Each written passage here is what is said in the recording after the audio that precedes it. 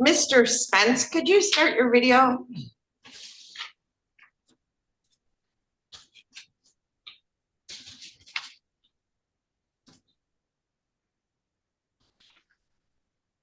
Okay. There you are. All right, Mr. Spence, can you hear me? I'm gonna ask you to unmute your device, please. Yes, ma'am, I can hear you. Okay, great. So give me just 1 second. Mr. Murphy, let me call over to the jail to get your people.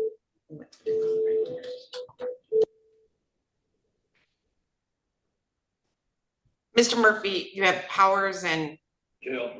hi, this is Judge Anselmo. Good morning. How are you? Good. How are you, ma'am? I am good. I have Matt Murphy, the attorney, so I'm ready for William Powers and also Devon Washington. Thank you, Your Honor. All right. Thank you. Bye. All right, Mr. Spence, let me grab your file. This is in the matter of the people of the state of Michigan versus Michael Charles Spence, file number 23-21377FH. Let me get all these people in. Everybody just popped in. All right, so Mr. Spence, we are here this morning for a request and warrant for probation violation. It states here that it is alleged that you violated your articles of probation, that you failed to report to the probation department on June 4 or any time thereafter, and they were not able to contact you and your whereabouts were unknown. So Mr. Spence, do you understand that's the violation against you? Yes, ma'am. Okay, so Mr. Spence, you're on probation for failure to pay child support, and Mr. Moore was your probation officer. And I don't know who was covering that file while Mr. Moore was on sabbatical, but Mr. Spence, you are entitled to have an attorney represent you on this violation. The maximum penalty if you plead guilty or found guilty could be up to 4 years in prison on the child support failure to pay. Have you been reporting now since June? Yes, ma'am, I have been. I just seen it yesterday. Okay, who did you report to? Agent Monahan for Hillsdale County. Over in Hillsdale County? All right, so Yes, ma'am. okay. So Mr. Spence, would you like an attorney appointed to represent you? It's free. You don't have to pay for it. You don't want an attorney? Okay. Yeah, I do. You do? Okay. So Mr. Spence, I've got a busy morning, and the attorney that usually handles my pickups is not here right now. Would you be able to zoom back in around 10:30? Would that be okay? Yeah, I can do that. All right, so why don't you zoom back in at 10:30 and then I'll have someone here that could speak to you, okay? Okay, fantastic. All right, thank you. Thank you. Okay. So you can go ahead and disconnect. Thank you. I'm actually going to help you. It's easier to log on than it is to log off for some reason. It's Ashley Hill. All right, Mr. Malaro, I have Ashley Hill in my waiting room. Do either of you have an attorney? Are you here for a criminal case? What's your name? Stephen Waltice. All right, Mr. Waltice. Your attorney is Rhonda Underwood. Right. So she is probably next door to Judge Olsaver right now. So I'm going to mark that you're here in person, and then when she gets here, I'll call your case. Okay. All right. So Ashley Hill, could you start your video, please? Yes. Yes, ma'am. There you go. All right. This is in the matter of the people of the state of Michigan versus Ashley Jean Hill, file number 24-21702FH. I have Salvatore Malaro appearing on behalf of Ms. Hill. I have Isaac Sneed appearing on behalf of the people. I do have in my file a signed copy of a plea agreement form. Mr. Malaro, is it your intention to plead your client today? It is, Your Honor. Excellent. All right. So Ms. Hill, you want to raise your right hand for me? Thank you. Do you solemnly swear or affirm to tell the truth, the whole truth, and nothing but the truth? Yes, Your Honor. All right. Can you state your full name for the record? Ashley Jean Hill. Let me look at my felony information. So, Mr. Sneed, will I be, did you already get it to me? I don't know. I do have an amended felony information with an added count too. So the plea agreement form I have states that Ms. Hill will plead to a possession of cocaine or another narcotic, which is a 4-year felony, which is under the amended information count 2. And count 1, possession of methamphetamine, which is a 10-year felony, would be dismissed at the time of sentencing. There is also a requirement that 7411 be revoked on a current probation case in district court. And let's see here. And I think that's some of the plea agreement. Is that correct, Mr. Malaro? That is correct, Your Honor. All right. We gotta say it a little bit louder for me, Mr. Malaro. I could hear you, but Ms. Spade couldn't record it. That is correct, Your Honor. Thank you, Judge. Thank you. All right, Mr. Sneed, is that a correct recitation of the plea? Yes, it is. All right. All right. So Ms. Hill, you've heard the plea agreement I put on the form or on the record and the statement of your attorney and the prosecuting attorney. Is it your intention then to plead guilty to the amended information added count 2, possession of cocaine less than 25 grams, which carries a maximum penalty of up to 4 years in prison and or a $25,000 fine? Is that your intention? Yes, ma'am. All right. Are you satisfied with Mr. Malaro as your attorney and the advice that he has given you? Yes. All right. Neither the prosecutor, the defendant, nor anyone on the defendant's behalf has discussed a possible sentence with the court. Is that correct, Mr. Malaro? That is correct, Your Honor. Is that correct, Mr. Sneed? Yes, Your Honor. All right. And as far as you're aware, Ms. Hill, is that correct? Yes. All right. So, ma'am, if a guilty plea is accepted, there will be no trial. This means that you will be giving up rights you would have had at trial. I'm going to explain those rights to you now to make sure that you understand them. You have a right to a speedy public trial by jury. You may ask for a non-jury trial, and if the prosecutor and court agree, you can have a non-jury trial. You have the right to be presumed innocent and proven guilty beyond a reasonable doubt. You have the right to have the prosecuting attorney prove beyond a reasonable doubt that you are guilty, and you do not have to prove anything. You have the right to be present at trial and have witnesses against you appear at your trial and ask those witnesses questions. You have the right to have the court order any witnesses you have for your defense to appear at the trial. You have the right to remain silent during your trial, not to have your silence used against you. However, you also have the right to testify at your trial if you want to testify. Do you understand that if your plea is accepted, you may be giving up the right to any appeal issues that would otherwise be appealable if you were convicted of the crime? Do you understand that at trial? Yes, ma'am. Do you understand that any appeal from the conviction and sentence pursuant to the plea will be by application for leave to appeal and not by right? Do you understand that? Yes, ma'am. If you are not a citizen of the United States of America, a conviction of a crime may result in deportation, exclusion from admission to the United States of America, or denial of naturalization. Do you have any questions about the rights that I've given to you? No, ma'am. All right. So, ma'am, how do you wish to plead to the charge that on or about August 11 of 2023 in the city of Adrian in the county of Lenawee, that you did commit the offense of controlled substance possession of cocaine less than 25 grams? Guilty or not guilty? Guilty. All right. Has anyone made any threats or promises to you to induce you to plead guilty to this charge? No, ma'am. All right. Do you understand that if I accept this plea, you will be giving up any and all claims that your plea is given as a result of promises or threats that were not disclosed to the court on the record during this hearing, or that it was not your own choice to enter the plea. Do you understand that? Yeah. Is the prosecutor or defense counsel aware of any promises or threats or inducements other than the plea bargain to induce the defendant to plead guilty? Mr. Malaro? No, No, Your Honor. Mr. Sneed? No, Your Honor. All right, has your attorney promised you any particular sentence or estimated what your sentence will be, ma'am?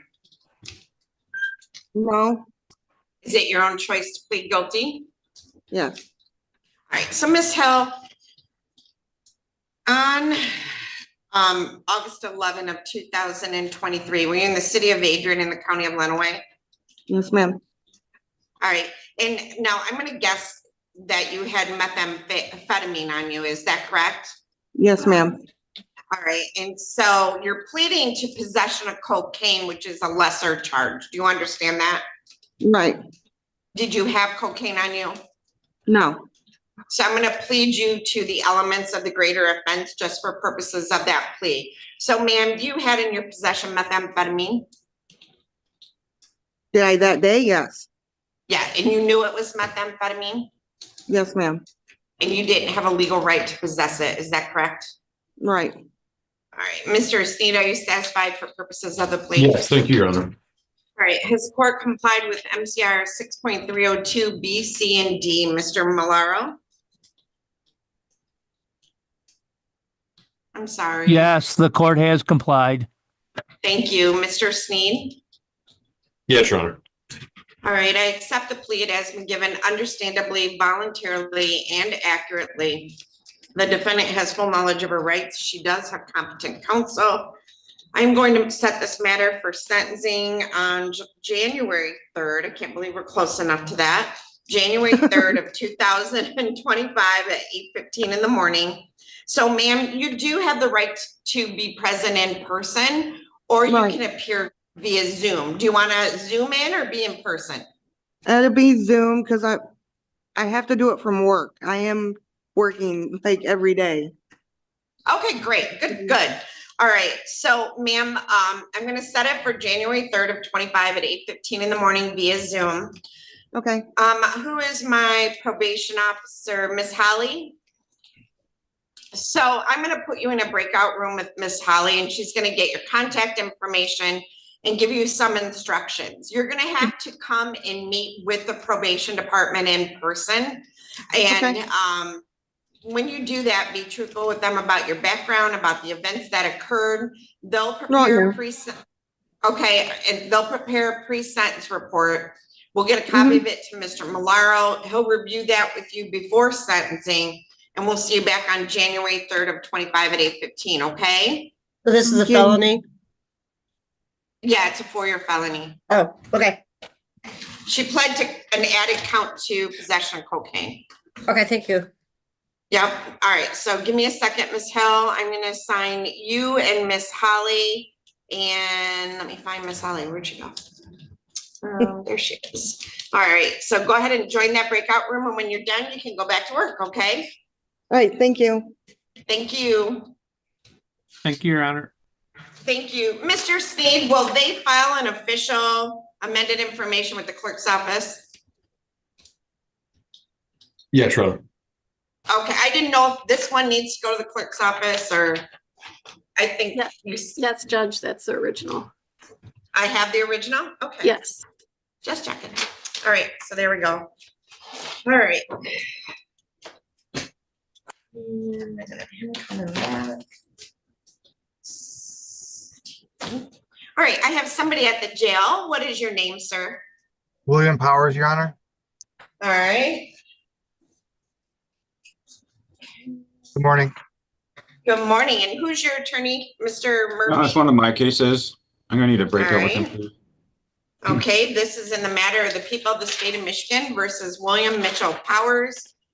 File number 24-22033 FC. And Matthew Murphy appearing on behalf of Mr. Powers. And I have Isaac Sneed appearing on behalf of the people. hold on. This is the date and time set for arraignment in this matter. Mr. Murphy, do you waive the reading of the felony information? Yes, Your Honor. We acknowledge receipt of the information, witness list, and the discovery demand by the people in this matter. We're to ask for an entrance and continuation of a not guilty plea, and we're asking for a pretrial to be set. I believe we put in a request after the examination for the transcripts from this matter, so we're going to have to wait for those. I would ask, again, I was going to ask if I could do a breakout with my client, but I was going to ask to address bond after that breakout. Okay, so when did you put that transcript request in? I'm not sure. I just in my notes on my file, I put in a request to have it done on, that was last, what, the 7th? 7th of November? Yeah, last week. So Right it won't after be the, available to February.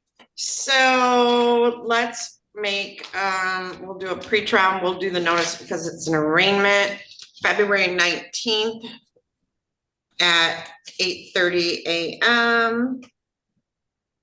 And, okay, I'll, you can have a breakout room just for a couple minutes. So let's see, I'm going to Mr. Powers. I'm gonna give you a breakout room with Mr. Murphy, but Thank you, Your Honor. Thank you, Your Honor. right. You're welcome. Thank you. And we'll address bond when you get back. All right. So Brooke Bates, your attorney is Rhonda Underwood. Is that correct? Yeah. All right. Miss Underwood goes to Judge Olsaver usually first. So I'm going to put her initials after your name. I'm gonna pop you back in the waiting room. And that way I know that you're her client. So when she gets here, I'll bring you back in. All right. All right. Thank you. I have someone in back. Are you here for a case? Are you a defendant? No, my boy's got a court appearance this morning. Okay, okay. Just want to make sure. I have someone on a Samsung device. I just let into the Zoom room. Could you unmute your device and give me your name, please?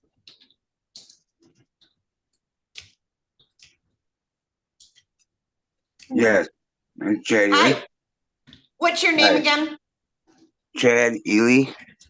All right, good morning, Mr. Ely, and I believe Mr. Noe is your attorney? Yes, ma'am. All right. So I am going to put his name after yours, just so I know when he gets here. Okay, so Mr. Ely, I'm gonna pop you in the waiting room. It should just be a few minutes.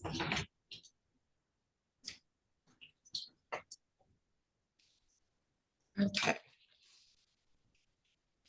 In the matter of the people of the state of Michigan versus Jonathan Mead Byers, file number 23-21531FH. He's not here, but he's always here. And we did appoint counsel last week to represent him. So I'm really surprised he's not here. We'll move that to the end of the call. See if he shows up.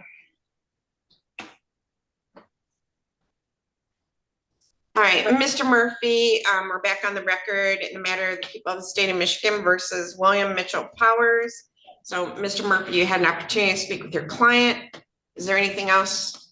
Your Honor, we're asking if the court be willing to open the matter of bond at this time, so we could address that.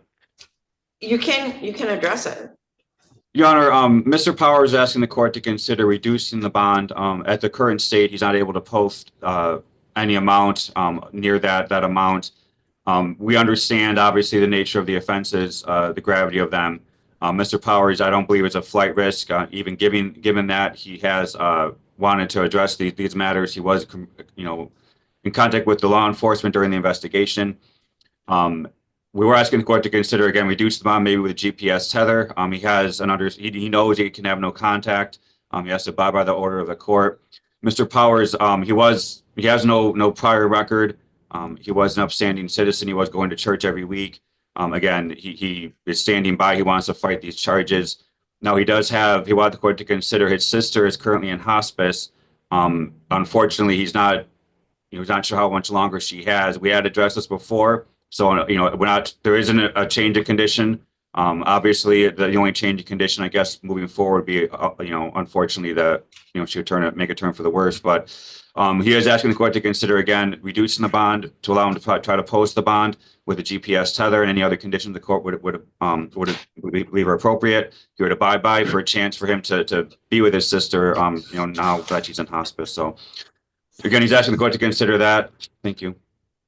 All right, Mr. Powers has 2 counts of criminal sexual conduct, first degree, with a relationship, with a minor. So someone related to him allegedly, who is a minor, and 1 count of criminal sexual conduct, second degree. My paperwork shows his bond was set at 100,000 on each count 1 and 2, and 50,000 on count 3 for a total of 250,000. Is that the bond you have, Mr. Murphy? Yes, Your Honor.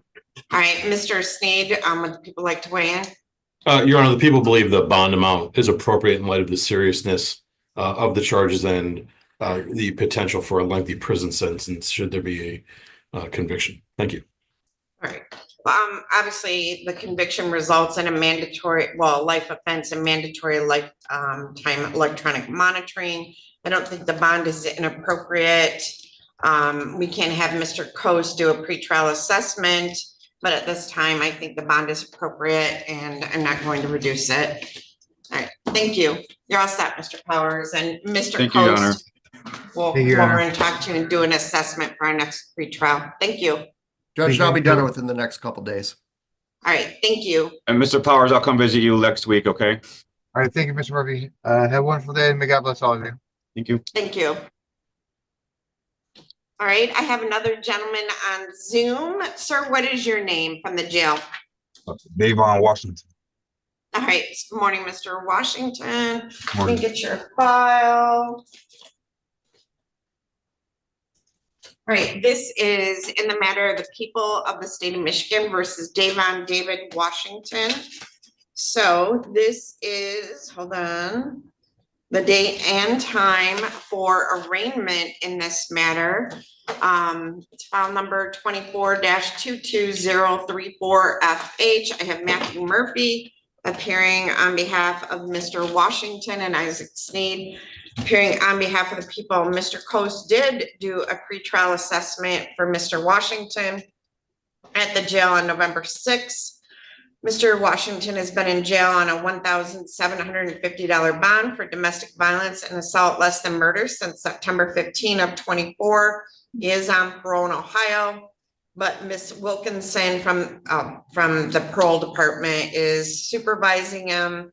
Ms. Wilkinson states Mr. Washington did 30 days in jail for her, but that Ohio has a warrant for his arrest and return. It was a low category to reoffend or fail to appear, but if we lose him to Ohio, we may not get him back. So thank you, Mr. Coast, for that. So, Mr. Murphy, do you waive the reading of the felony information?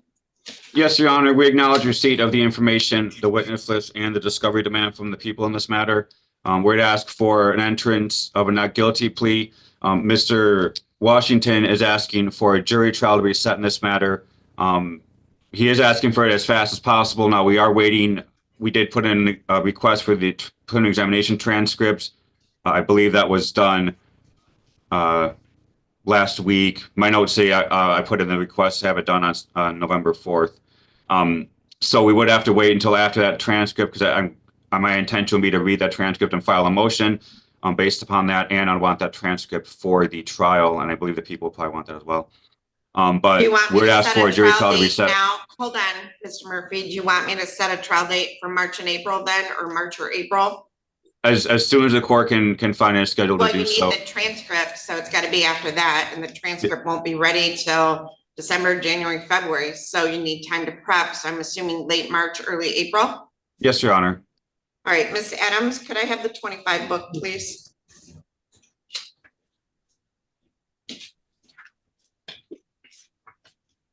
I believe the trial would take 1 day. Okay, thank you. Thank you, ma'am.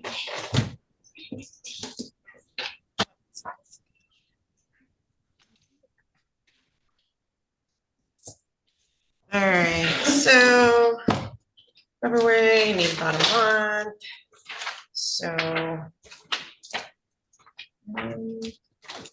I could do Tuesday, March 25 at 9 a.m. Yes, Your Honor. All right.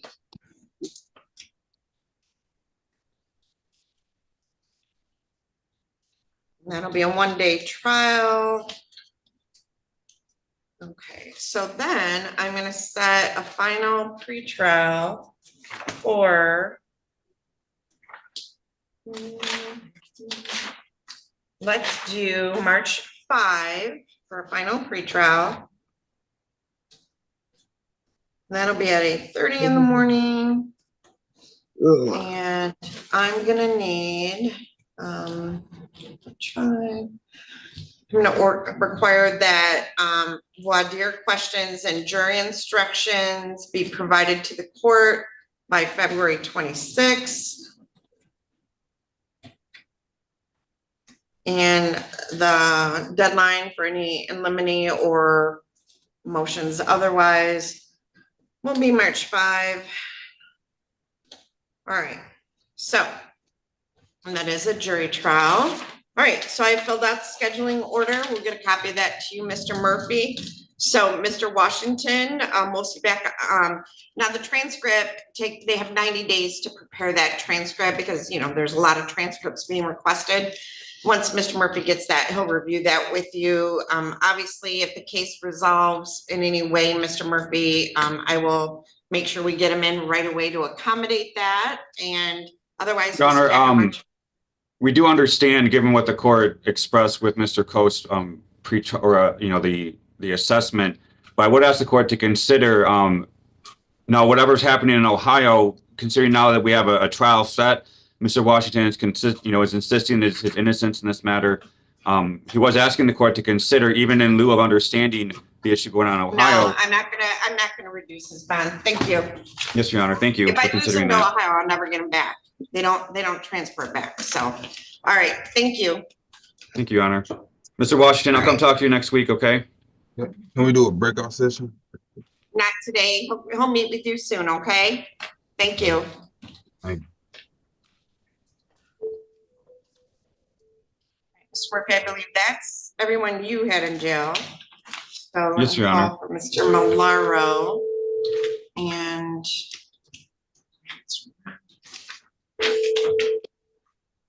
Lenawee County Jail, this is Deputy Tennis. hi, this is Judge Anslone. I have 2 jail windows open and I am ready. I'm going to give you a list of names, okay? Okay. So I'm ready for Alphonse Edwards, Okay. Jason Boone, Okay. Joshua Matney, Okay. Higginbotham, Yes, ma'am. and Tursky. And Tursky. So just keep both of those windows open and. If you can, I mean, I don't know about your staffing or needs right now, but yeah, if you want to just move those people through, I'd be super happy about that. Not a problem. We'll get them on as soon as we can. All right, thank you so much. You're welcome. Bye-bye. All right, Mr. Noe, I have your client as well as you. So, Mr. Eli, go ahead and start your video, please.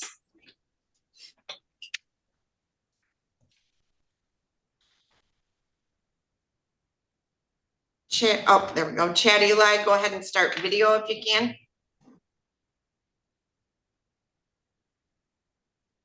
All right, Mr. Eli, can you hear me? Yes, ma'am. Awesome. All right, this is in the matter of the people of the state of Michigan versus Chad Matthew Eli. File number 23-21627FH. I have Charles Noe appearing on behalf of Mr. Eli, and I have Alexander Bandetto appearing on behalf of the people. This is a date and time set for a final pretrial conference in this matter. We are scheduled to go to trial on November 26th of 2024 at 9 a.m. Are the people ready to proceed to trial? We are, Your Honor. Mr. Noe, are you ready to proceed to trial? Honor, we are, but the only thing I would want to bring to the court's attention, and I discussed this with Mr. Bandetto earlier, and also with the court clerks.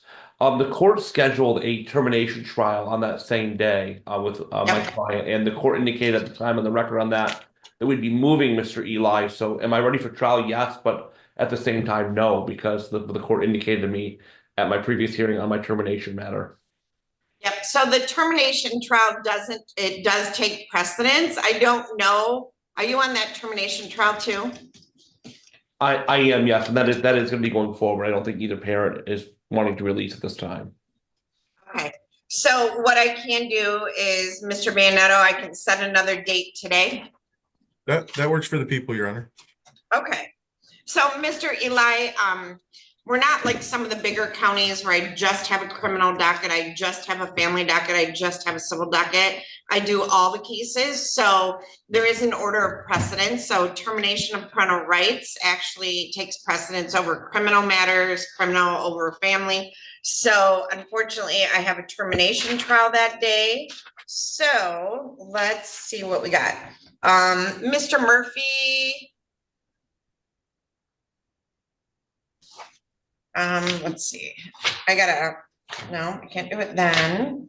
Let's see. I don't know what that is. Do it then. No. No, I got a jury trial that day. He's not in custody.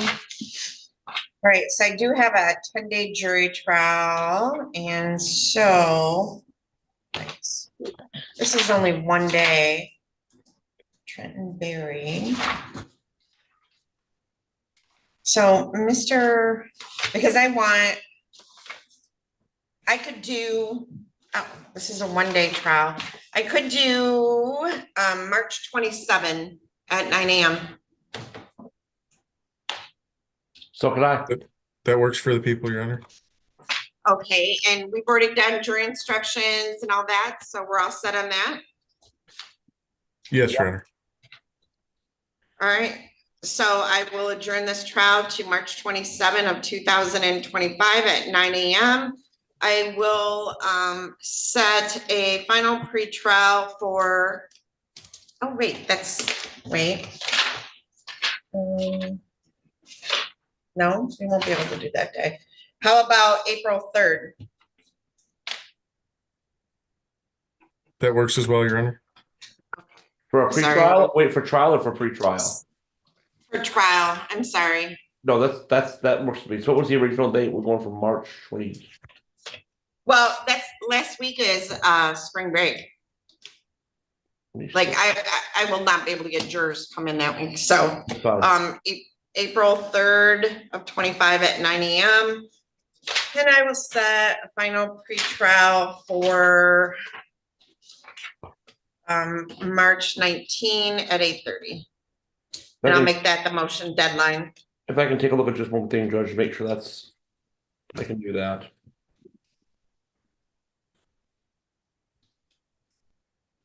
So you said trial on April 3rd. April 3rd.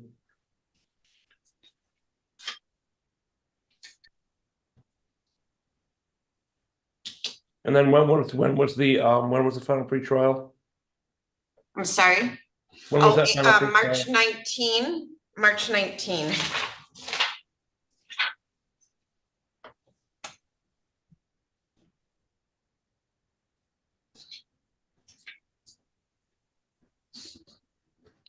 Yeah, that's fine. Okay. All right, so Mr. Ely, I have filled out a scheduling order. We'll get a copy of that out to you. And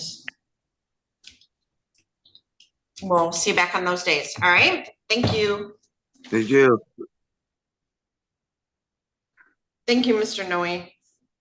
Thank you. Have a good day. I'll see you I at think 11. you have something else, don't you? I've got the evidentiary hearing with you at 11. Okay. See you then. I had another pre-trial, but we were adjourning that. I discussed that with Miss McClure. You have another pre-trial today in front of me? Yeah, but we're adjourning it. So yes and no. well, do we want to adjourn that then? So you can go on your way? We can, I talked to that's actually Miss McClure's case, so we'll get dates rolling with Becky, it's all right. I call it because it's on my docket and That's she fine. doesn't need to be here. Mr. Sneed's here. That's fine. Okay. All right. So, all right, Mr. Ely, go ahead and disconnect. You're all set. So thank you. All right. In the matter of the people of the state of Michigan versus Rebecca Sue Williams, file number 2023-21606FH. I have Isaac Sneed appearing on behalf of the people and Charles Noe appearing on behalf of Miss Williams. So Mr. Sneed, Mr. Noe, and Miss McClure have agreed to adjourn this. Do you have any objection handling the matter today? No, thank you. All right, so Mr. Noe, how far of an adjournment do you need? Thank you, Judge. We are asking for a 90-day adjournment on this matter. We're also asking for a trial. This is a matter which it's a case that does involve a lot of paperwork and a lot of documentation, so it will take longer to try. It might not seem like these cases can take days to try just because of documentation. So we are asking for a 3-day trial, jury trial date sometime in late 2025. That's the email that Late, myself and Ms. wait, Lee were looking at. late 2025? This is a 23 case. Yeah, that's So you're talking, that's Miss McClure. That's what Miss McClure and I discussed. She didn't say her reason, but she said she wanted it for late 2025. okay, Tuesday, September 16th. Sure, that's probably fine, but let me take a look.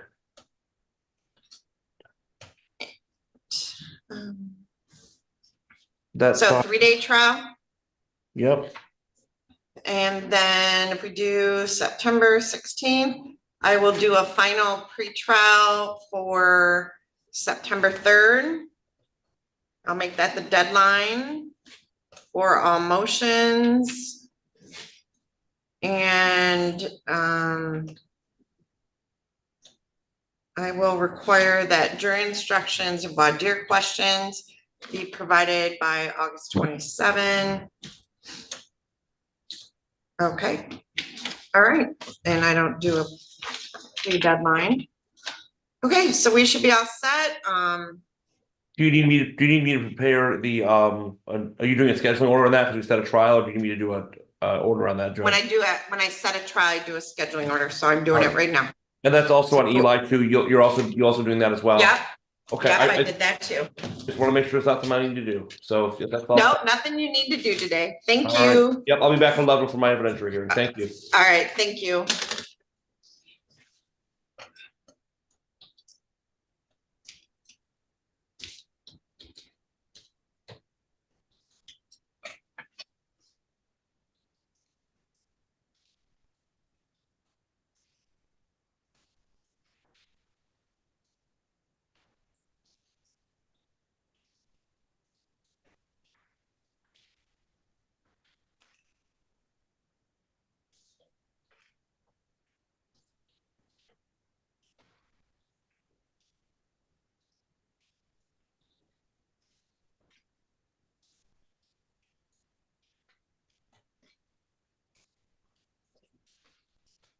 All right, I have a gentleman at the jail. What is your name, please?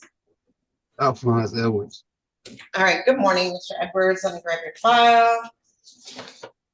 All right, this is in the matter of the people of the state of Michigan versus Alphonse Edwards, file number 24-21995.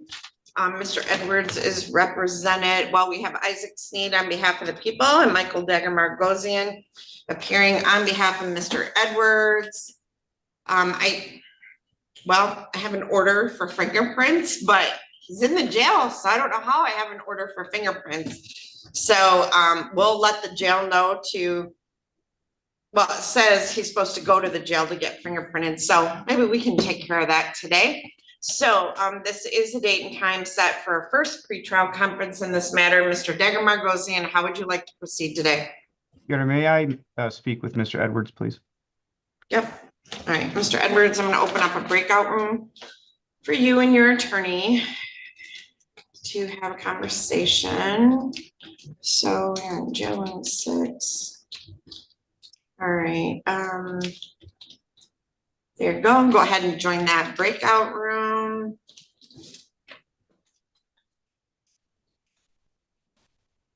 All right, so I have all attorneys, no parties. So I'm gonna go take these files to Miss Adams. I'll be right back.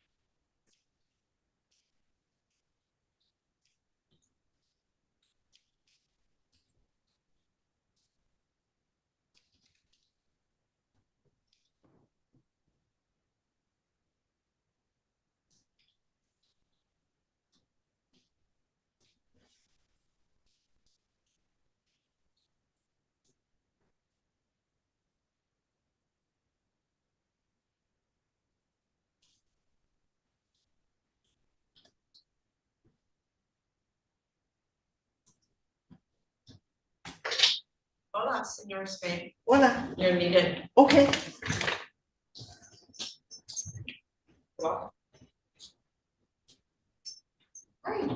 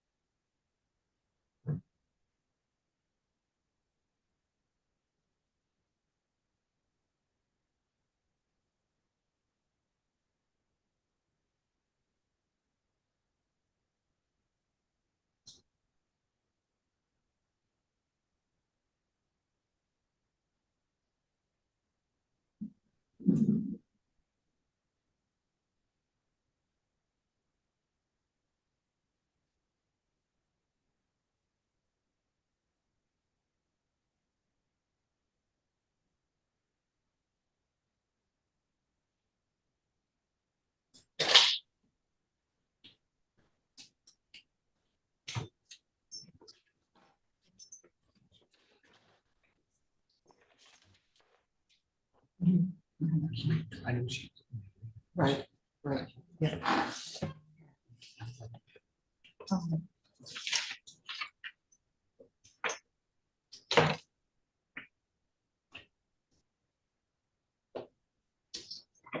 Okay.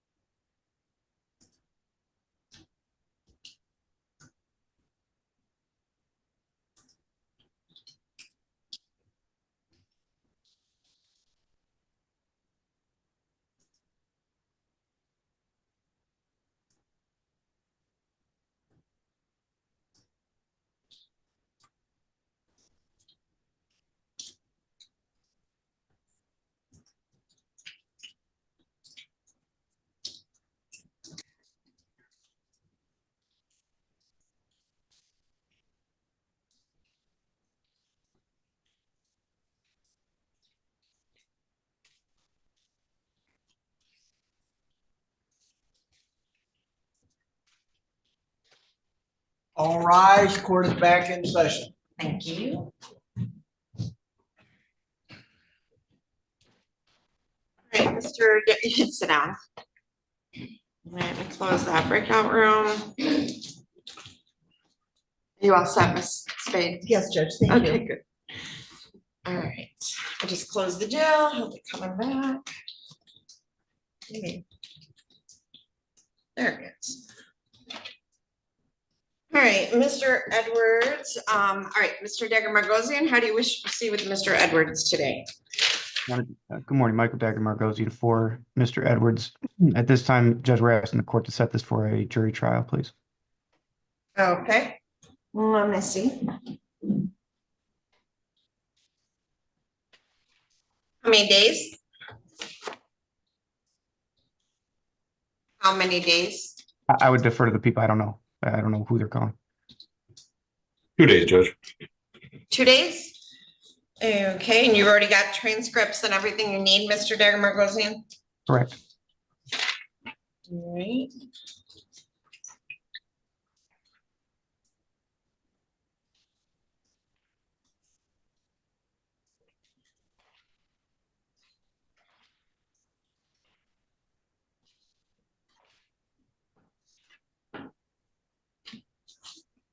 And this is a 24 file.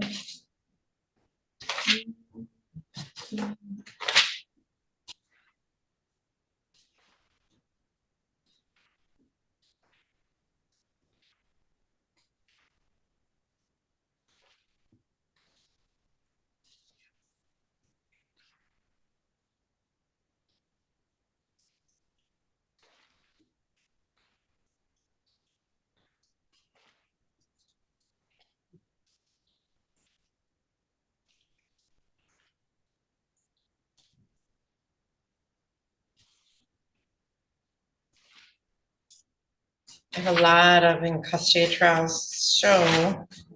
Whatever that is, that's like a 10-day criminal jury trial. He's in custody. And civil trials.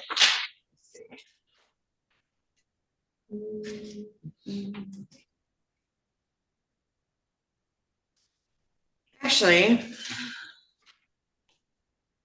so on January 15th, I have day 2 of James Burton and Joshua Burke. It's Brooks and Daly. Like Mr. Sneed, when you say 2 days, do you mean 2 days, including deliberations or not? Including deliberations, Your Honor. So I can do January 16th and 17th. Mr. Dagger Margosian? That's fine, Your Honor. Okay, and Mr. Okay, and Mr. Edwards, has there been a plea offer for Mr. Edwards? I'm just curious, so I can write it down. What is it? It's withdrawn at this point, Your Honor. So I don't think it's relevant. Okay. All right, so I will set this for trial on January 16th at 9 a.m. for 2 days.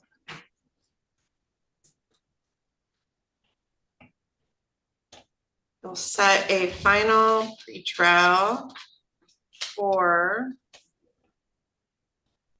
January 8th at 8:30 in the morning.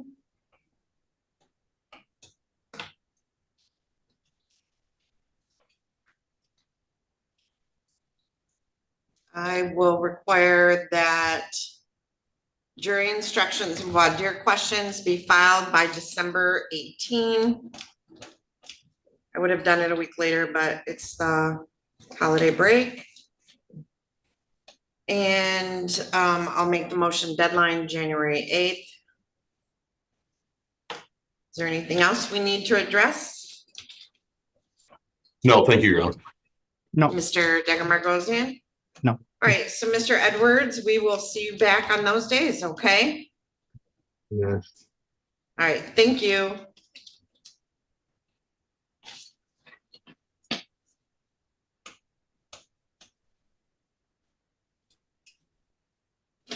I don't know if they can hear me, but I'm in here. But Okay, what's your name? Boom. All right, Mr. Boone, I'm gonna send you a request to start your video, okay? Okay. All right, you're all set, Mr. Edwards. You can go. Thank you. I know if There y'all you can are, Mr. Boone. All right, hold on one second. Yep, I knew you could hear us, but I couldn't see you. All right, let me get back to your file. You have Mr. Malaro. Do I have Mr. Malaro still? Yes, I do. So I have Mr. Hartong. Good morning. Good morning. Mr. Malaro, you with us?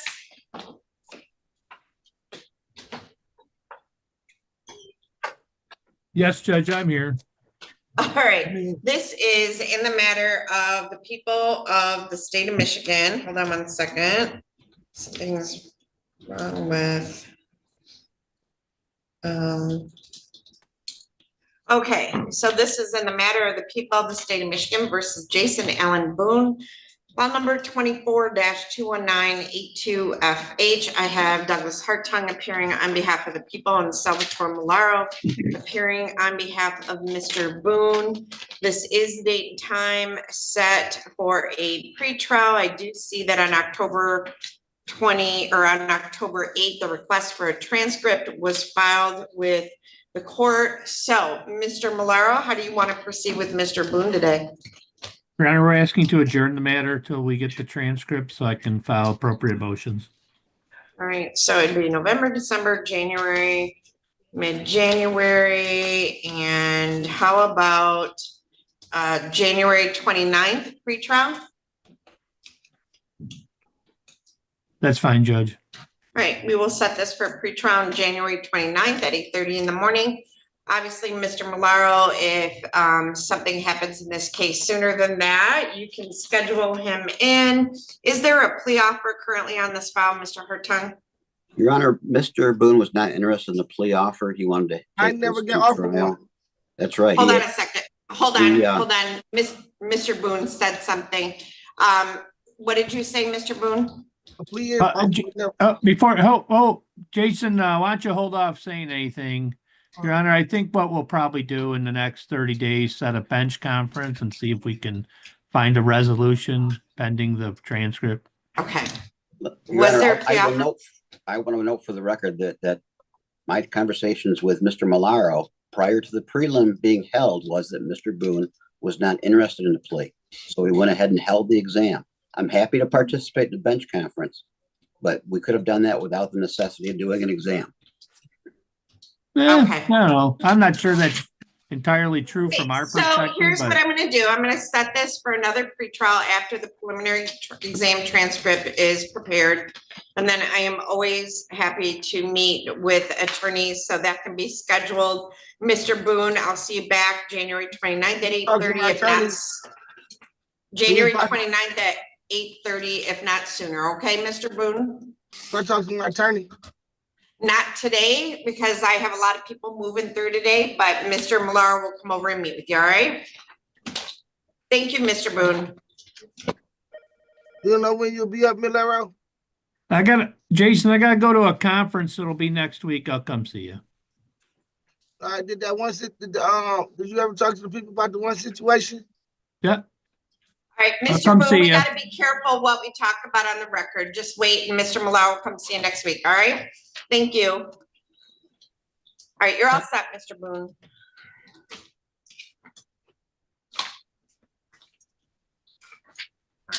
All right. Is that all you had, Mr. Hartung? Or were you on another one? No, I'm all done. Thank you, Your Honor. Have a good morning. You too. Thank you, Mr. Hartung. All right. All right, we'll see next who pops up from the jail. All right, let's see who's not showed up. Mr. Murphy, are you still here? No, I lost Mr. Murphy.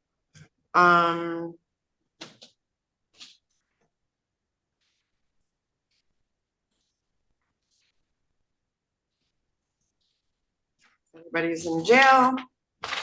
So, all right. So in the matter of the people of the state of Michigan versus Jonathan Mead Byers, file number 23-21531FH, Mr. Byers always shows up for court. So I'm not going to issue a bench warrant for his failure to appear, but I will renotice this for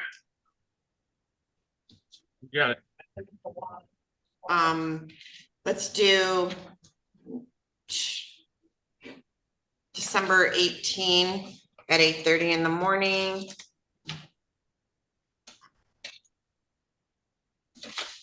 All right, I have a gentleman from the jail. What's your name, please? Joshua Matney. All right, Mr. Matney, let me get to you on my docket. All right, and your attorney is Mr. Malaro. Correct. All right, this is in the matter of the people of the state of Michigan versus Joshua Gene Matney, file number 20-20033FH, 24-22025FH. I have Salvatore Malaro appearing on behalf of Mr. Matney, and I have Isaac Sneed appearing on behalf of the people. This is the date and time set for a pretrial conference. Mr. Malaro, how would you like to proceed today? Judge, we have reached a plea agreement on these two cases, and if the court's acceptable, I can read it into the record. All right, go ahead. Can you go by first file 20-20033FH?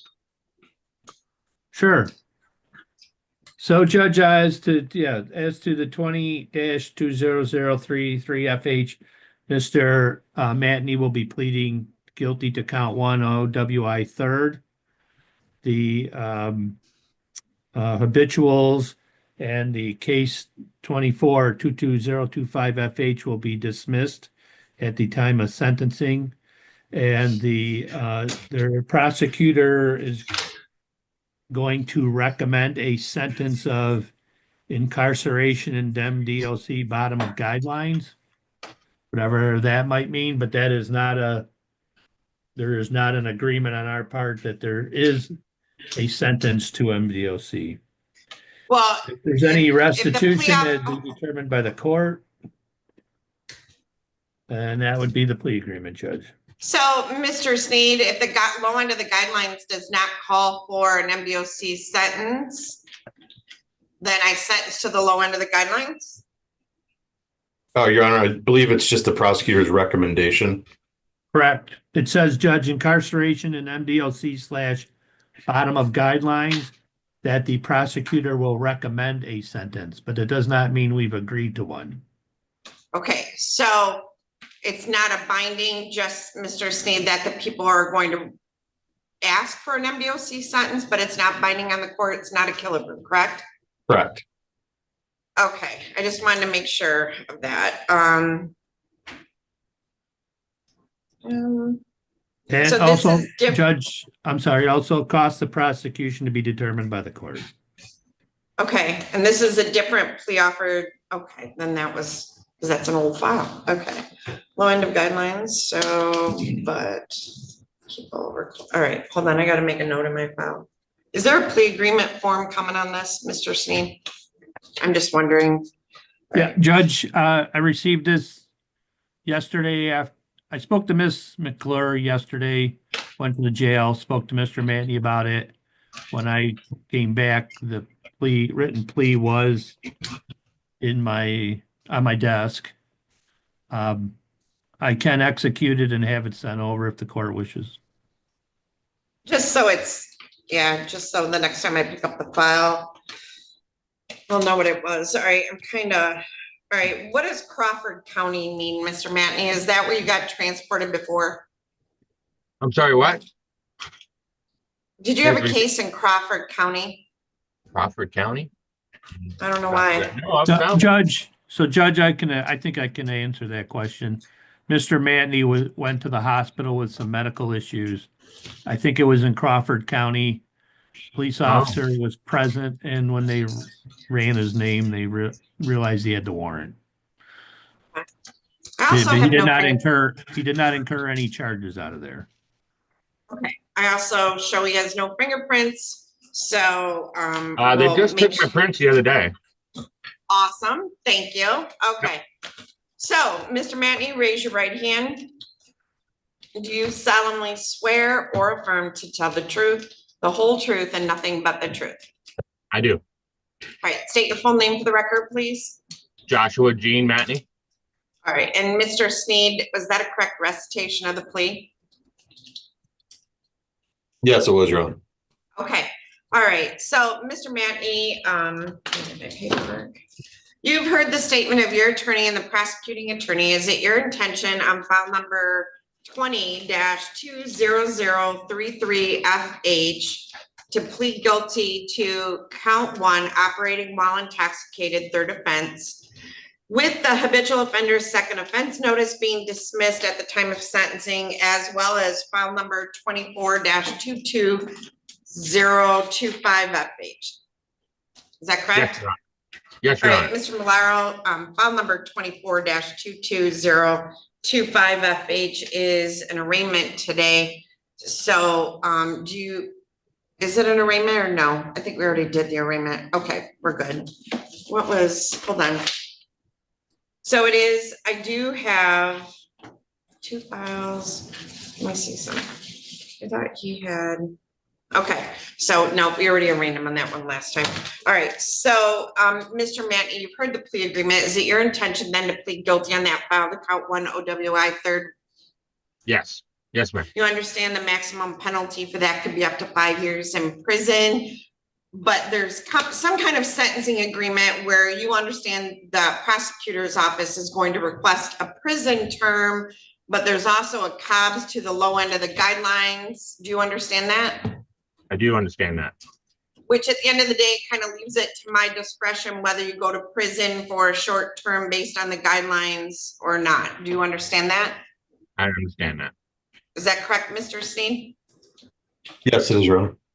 All right, and you understand there's a mandatory forfeiture of your driver's license if you plead to this charge, right? No, I did not know that, but I do now. Well, yeah, because it's no WI third, and so yeah, there's vehicle forfeiture. I don't own a vehicle. Okay, cost of prosecution, reimbursement, and then your license will be suspended, and then you'll have to go through Secretary of State to try to get that back. Do you understand that? Oh, okay. Okay. Are you satisfied with Mr. Malaro as your attorney and the advice that he's given you? Yeah, I'm satisfied. Okay, do you understand if, well, neither the prosecutor, the defendant, nor anyone on the defendant's behalf has discussed any other possible sentence with the court? Is that correct, Mr. Malaro? Yes, that's correct, Judge. Yeah, no, I got nothing. I am so sorry, Mr. Malaro. That is correct, Your Honor. All right, Mr. Sneed? Yes, it is.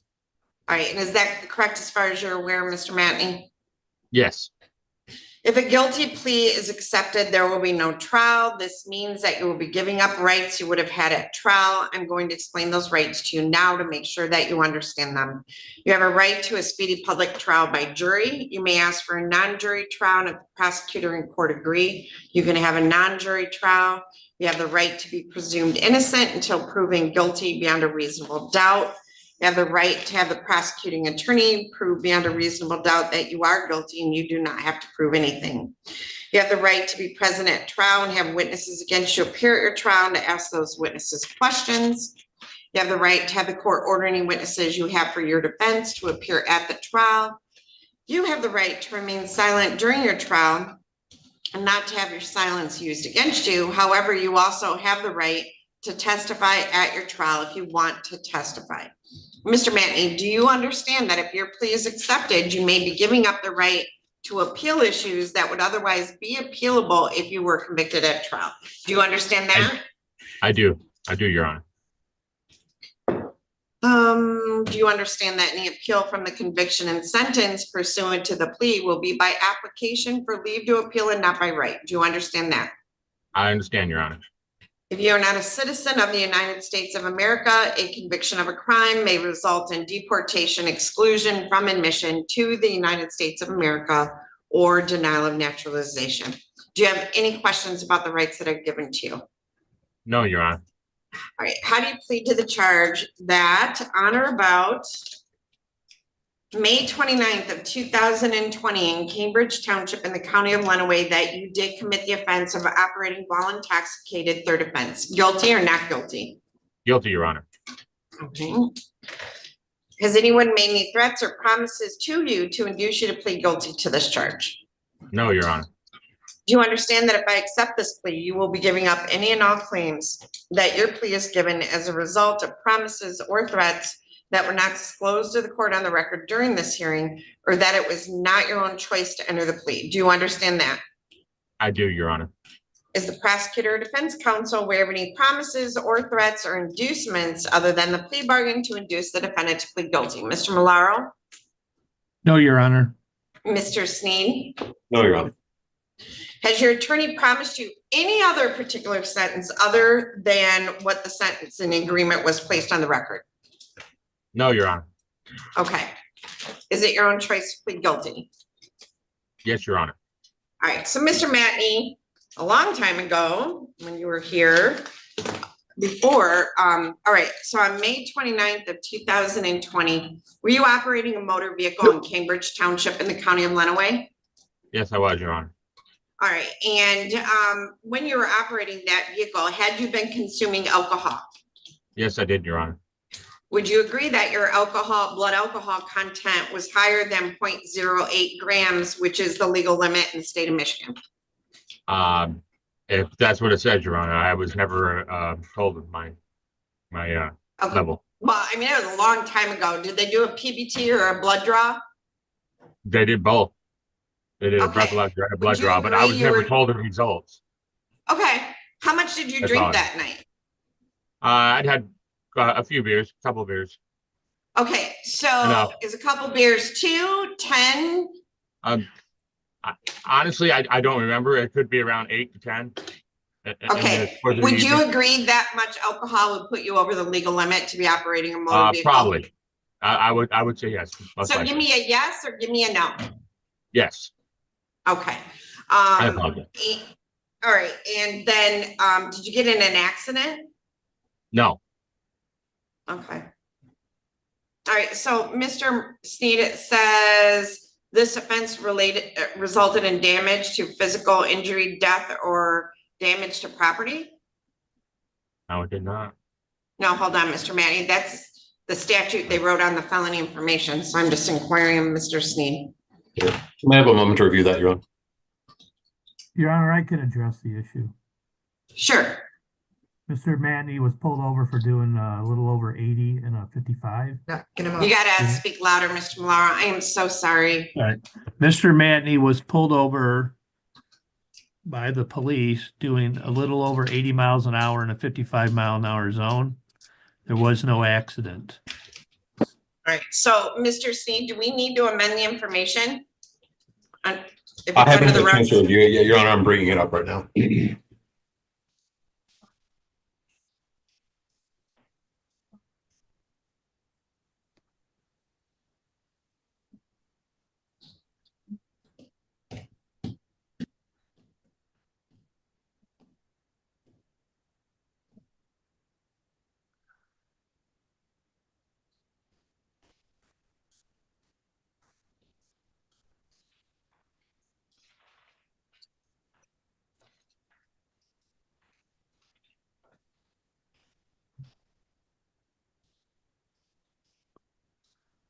Is the court referring to the information dated September 10th, 2020?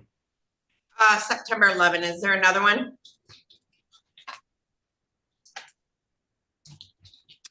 I'm just looking at a blank one from 2020. I see the notice the court's referring to regarding the injury or damage. That should be stricken from the information, so we can submit it amended without that notice, Your Honor. Okay, thank you. All right, so would you agree, based on the information, Mr. Manton, you received that you were intoxicated over the legal limit and you were pulled over for doing 80 in a 55 zone? Correct, Your Honor. Okay. Now, Mr. Mantney, you have at least 2 prior offenses. So do you have a conviction from February 1 of 2011 in Key West, Florida? Yes. Okay. And what about January 17th of 2007 in Key West, Florida? Correct, Your Honor. All right. And this would be your 3rd offense then, correct? Yes. All right. Are you satisfied, Mr. Sneed? Yes, thank you, Your Honor. All right. Has the court complied with MCR 6.302 B, C, and D? Mr. Malaro? Yes, the court has. Mr. Sneed? Yes, Your Honor. All right. I accept the plea. It has been given understandably, voluntarily, and accurately. The defendant has full knowledge of his rights. He does have competent counsel. This court has made no agreement regarding the possibility of a plea or possible sentence in this case with the prosecutor, the defense attorney, the defendant, or anyone acting in the interest of either of them. I'm going to refer this matter to the probation department for a pre-sentence investigation, and I am going to set sentencing for January 3rd of 2025 at 8:15 in the morning. Mr. Matney, you can appear via Zoom like we are today, or you can come in person. So do you want to appear via Zoom or in person? I Zoom's fine with me. Okay, so we'll put that Being down jail for here. Zoom. All right. So Mr. Matney, someone from the probation department is going to come over to the jail and meet with you. When they meet with you, be truthful about your background, the events that occurred. They'll prepare a pre-sentence report. We'll provide a copy of that to Mr. Malaro. Mr. Malaro will review that with you prior to the sentencing date, and then we'll see you back on that day. So thank you, Mr. Matney. Thank you, Your Honor. Have a good day. You too. All right, and now I have another gentleman from the jail. What is your name? Kevin Michael Tursky. Mr. Tursky, hold on a second. Let me go get your file. This is in the matter of the people of the state of Michigan versus Kevin Michael Tursky, file number 24-21956 FC. I have Salvatore Malaro appearing on behalf of Mr. Tursky, and I have Allison Arnold appearing on behalf of the people.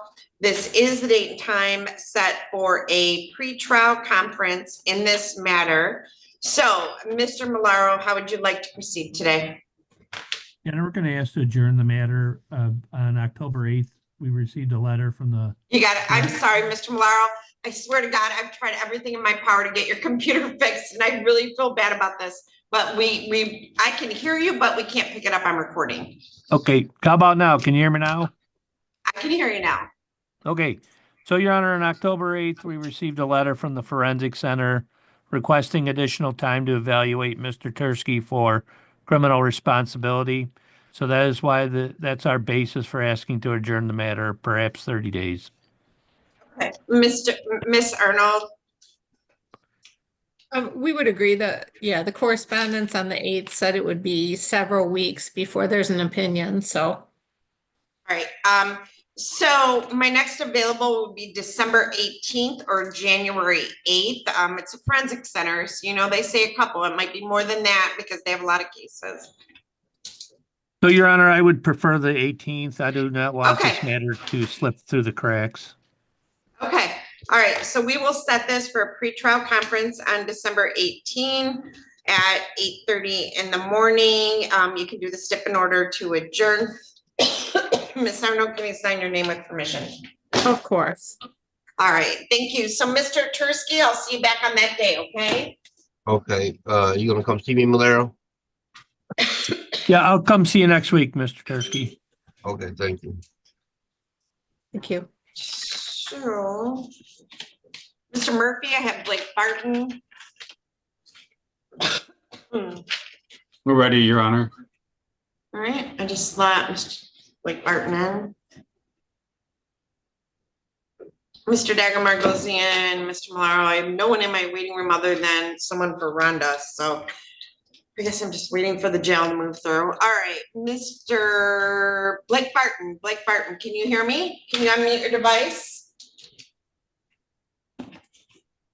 Your Honor, I'm trying to text him right now because we're in communication. He's at work trying to jump between being on the floor and then zooming in. I was Okay, I'll wait for him to unmute his device.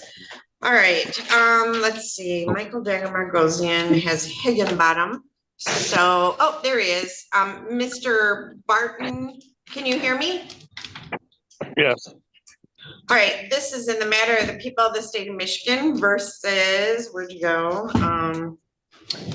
Blake Anthony William Barton, file number 23-21272FH. This is a date and time set for a pretrial conference in this matter. I am Matthew Murphy appearing on behalf of Mr. Barton, Mr. Alexander Bayonetto appearing on behalf of the people. Mr. Barton, do you mind taking your hat off? I know it's a Zoom court, but we're still required to do that. Thank Sorry, you. ma'am. It's okay. So Mr. Murphy, how would you like to proceed today? Your Honor, in Mr. Barton's case, we had filed a motion a while ago to suppress.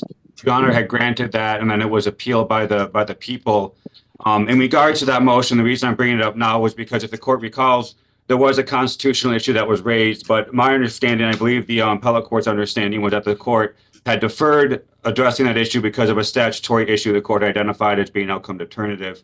The appellate court, again, had reversed and remanded based upon its determination that that wasn't the case, but it had addressed the constitutional issue and acknowledged that, again, this court hadn't addressed that, but also that constitutional question ultimately has to be addressed by the Michigan Supreme Court.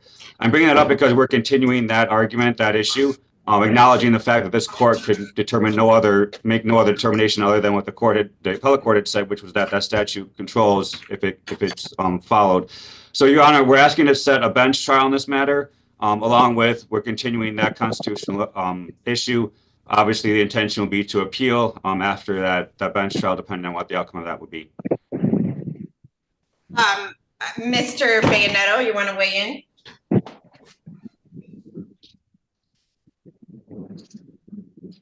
I can't hear I have you. no audio on you, Mr. Bayonetto. Go ahead.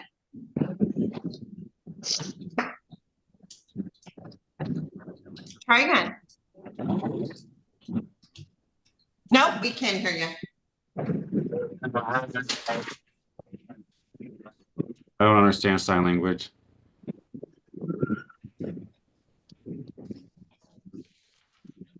Hold on, he's logging back in. I think he said he's getting to come up to the court.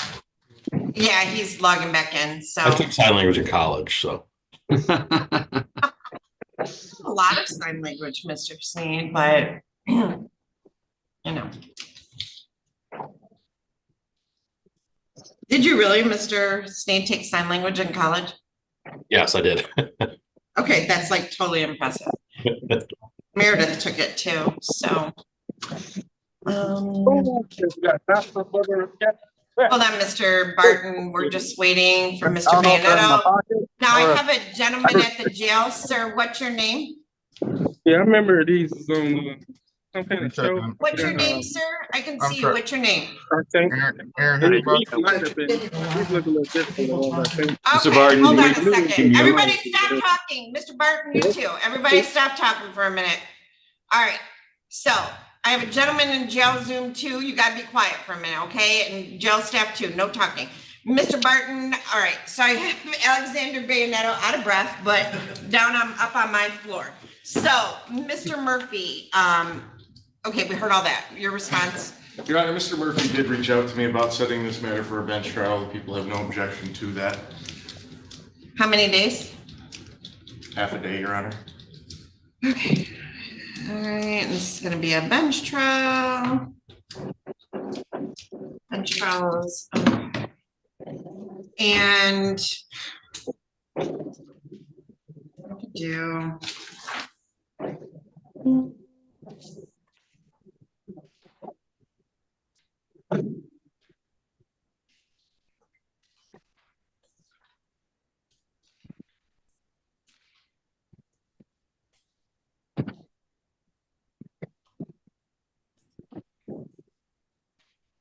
Did I already set?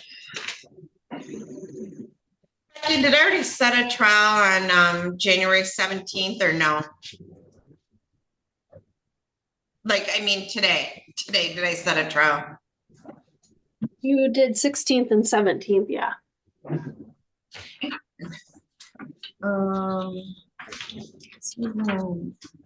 Not jail, so that's good at least.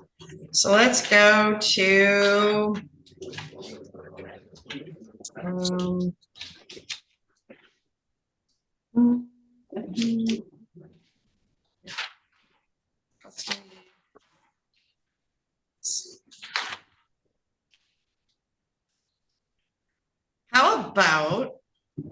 how about February 14th at 10 a.m. Yes, Your Honor. Works for the people, Your Honor. All right, so it's a half-day bench trial on February 14th of 25. Can I check my work schedule for that real quick? I get my schedule a year in advance. Okay, You said for what day? February February 14th, it's a Friday. February 14th. I'm off that day, so yeah, that'll work. Okay, and then I'm going to set a motion deadline for, wait, February 14th is Friday. I'm gonna set a motion deadline for February 5. I'm not gonna set a pretrial conference. Well, yeah, I will. I'm gonna set a pretrial conference for February 5 of 25 at 8:30 in the morning, and I'll make that the motion deadline.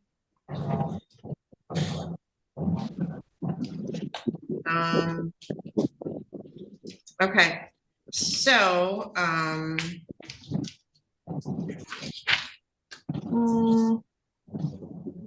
think that's it. So I'll get a copy of this out to everybody, and Mr. Barton, just stay in contact with your attorney, all right? Okay, thank you very much, ma'am. Thank All you, right, Mr. Barton. thank you. Thank you, Your Honor. Thank you. Thank you, Your Honor. Thank you.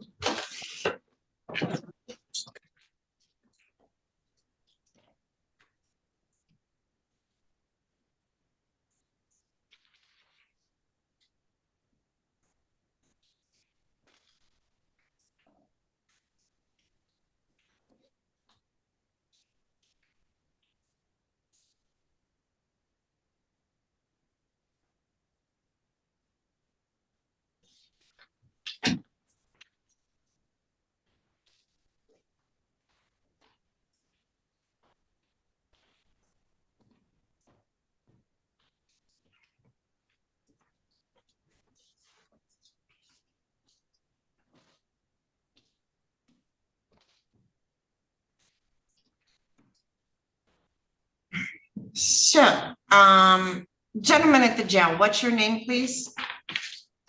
Aaron Cortez Higginbotham. All right, let me grab your file.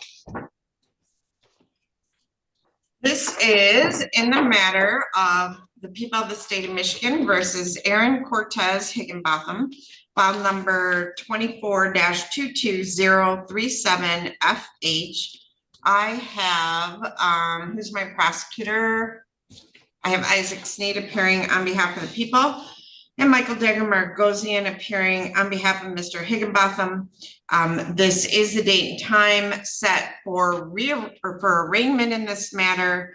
I have received from Mr. Coast a pretrial assessment dated November 8th, stating that he conducted a pretrial assessment on November 8th of 24. He's been in custody since September 19th on a $110,000 bond for multiple charges. Mr. Higginbotham states he's also waiting sentencing in Dearborn Heights for a felony, and I don't know if the other charge is a misdemeanor or felony. Mr. Higginbotham. They just sentenced me yesterday. Hold on, no, I'm sorry. hold on. Mr. Higginbotham stated he only had prior driving with license suspended, but when we ran his CCH, it shows he has arrests in Michigan, Florida, Ohio, and New York. Some of them include identity theft, OWI, criminal mischief, and damage to property. The defendant scored only a 3 on the assessment, which puts him in a moderate risk category for failure to appear. He does state he was working full-time at Cadillac Asphalt full-time at the time of his arrest and has a stable residence in Detroit. And he stated he could afford a GPS tether. Mr. Coast did not oppose releasing him on bond. He said he didn't oppose him being released on a GPS tether if the parties agreed to reduce his bond. So, Mr. Dagger-Margosian, do you waive the reading? Do you waive the reading of the felony information? Yes, Your Honor. I've also received a plea agreement form that has been signed by all parties, and Mr. Sneed and Mr. Dagger-Margosian, it states that Mr. Higginbotham would plead to count 2, uttering and publishing, which carries a maximum penalty of up to 14 years in prison. And then he would plead to count 5, state identification card, counterfeiting, forging, or using to commit a felony, punishable by 10 years or more, which is a 10-year felony. And the prosecution and the defense attorney agree to a sentencing agreement of 36 months to 14 years with the Michigan Department of Corrections. Mr. Sneed, what does that mean under count 4? Or under paragraph 4 under the plea agreement, it says delay sentencing for 1 year. Is that a typo? No, Your Honor, this was Mr. McCready wrote that. McCready's case, and I can discuss with the I court. just don't know how I'm supposed to send him to prison and delay a sentence, but go ahead and enlighten me. It's really a suspended sentence. The purpose of the plea and sentence is to give Mr. Higginbotham an opportunity to pay the restitution back. And so both parties agreed that we should delay the sentence under 771.1 to allow that. And so, like I said, it's basically a suspended sentence. Okay, so if I adjourn sentencing out 11 months and then he pays restitution in full, what happens at that time? Well, Mr. McCready, there will be convictions of count 2 and 5. But no prison term? Is that what we're saying? Paragraph 7, Judge. Okay, I just not seen that before, so I just want to make sure we verbalize it all on the record. All right, okay. Yep, I do see that now. Okay. And Judge, one. And then I would release them today, correct? Correct. That was the second part of it. Now, with that being said, I do see Mr. Higginbotham's hand up, and I will want to talk with him in a second. But he does, as the court indicated, he does have a pending matter in a different jurisdiction. He was sentenced yesterday, so I want to talk with him briefly about that. But again, the idea between myself and Mr. McCready is that to start the process of accruing the money for restitution. Obviously, he can't do that while in jail. And as the court indicated, he's been in there for a few months. I would even go so far as to say, and Mr. McCready and I talked about this as well. I would go so far as to say Mr. Higginbotham should be required to check in with our probation department. But Well, he wouldn't be on probation across the hall. He would be under the supervision of Mr. Coast. Correct. And so what I would suggest is that, and again, Mr. McCready and I were on the same page as this as well, is for if there's a GPS tether issued, it's going to be, as we know, it's fairly pricey. And so I would suggest that Mr. Higginbotham be required to check in with probation, but not. I would ask the court to not impose the tether at this time. Well, hold on. So hold on, Mr. Higginbotham. We're going to get to you. I promise. So, Mr. Sneed, if he enters a plea, I'm less worried about the tether than if he were just out on bond awaiting adjudication. So, do people have any position on that? I don't think that's. Yeah, I believe that's also in paragraph 7. It would be that he would remain on a tether or regularly report as recommended by the probation department. Oh, I see it. Okay. All right. This is like a very convoluted plea offer. All right. So, Mr. Higginbotham, your attorney wants a breakout room with you. Miss Adams, could you bring that beautiful little pumpkin that's sitting on your desk into the courtroom, please? Of course. All right. Okay, I'm opening that breakout room. You guys go chat. There we go.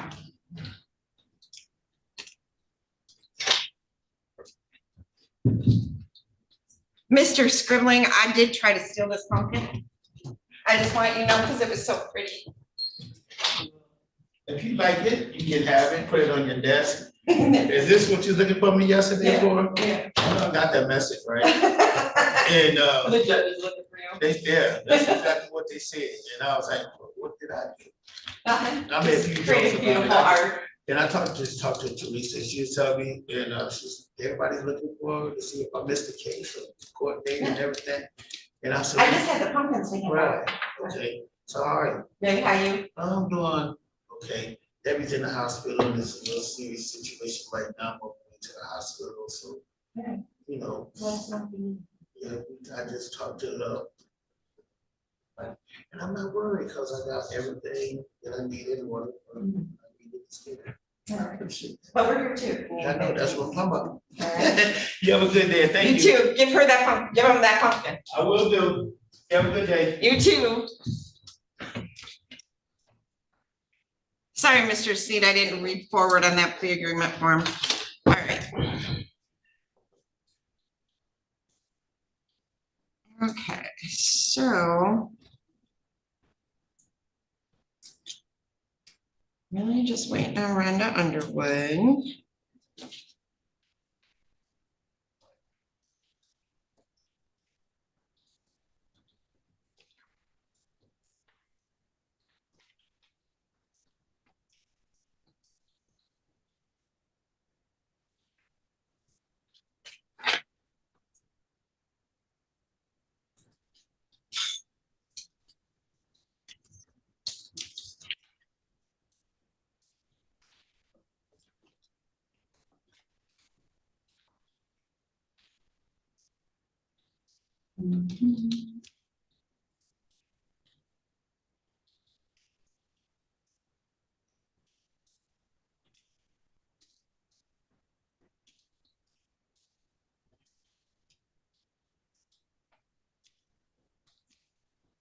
Miss Adams, I'm going to send you a chat.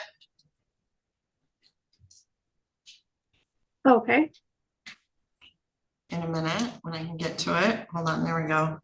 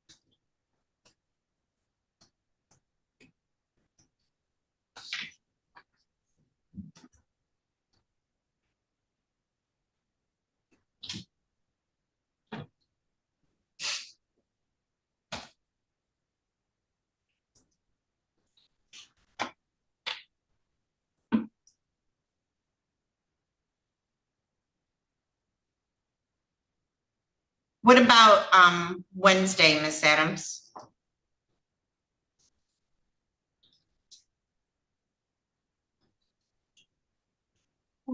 That is good also.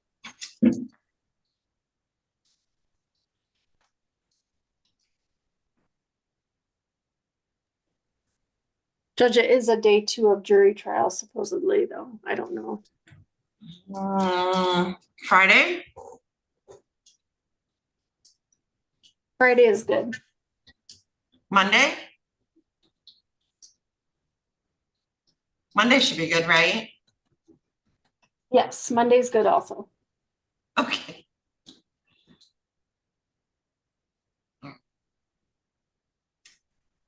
All right, I got Rhonda Underwood. So you want to come on up, sir?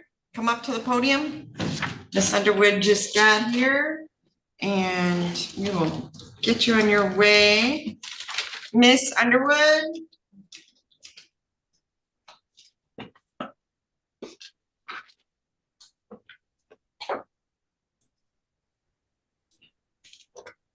Are you with us, Miss Underwood?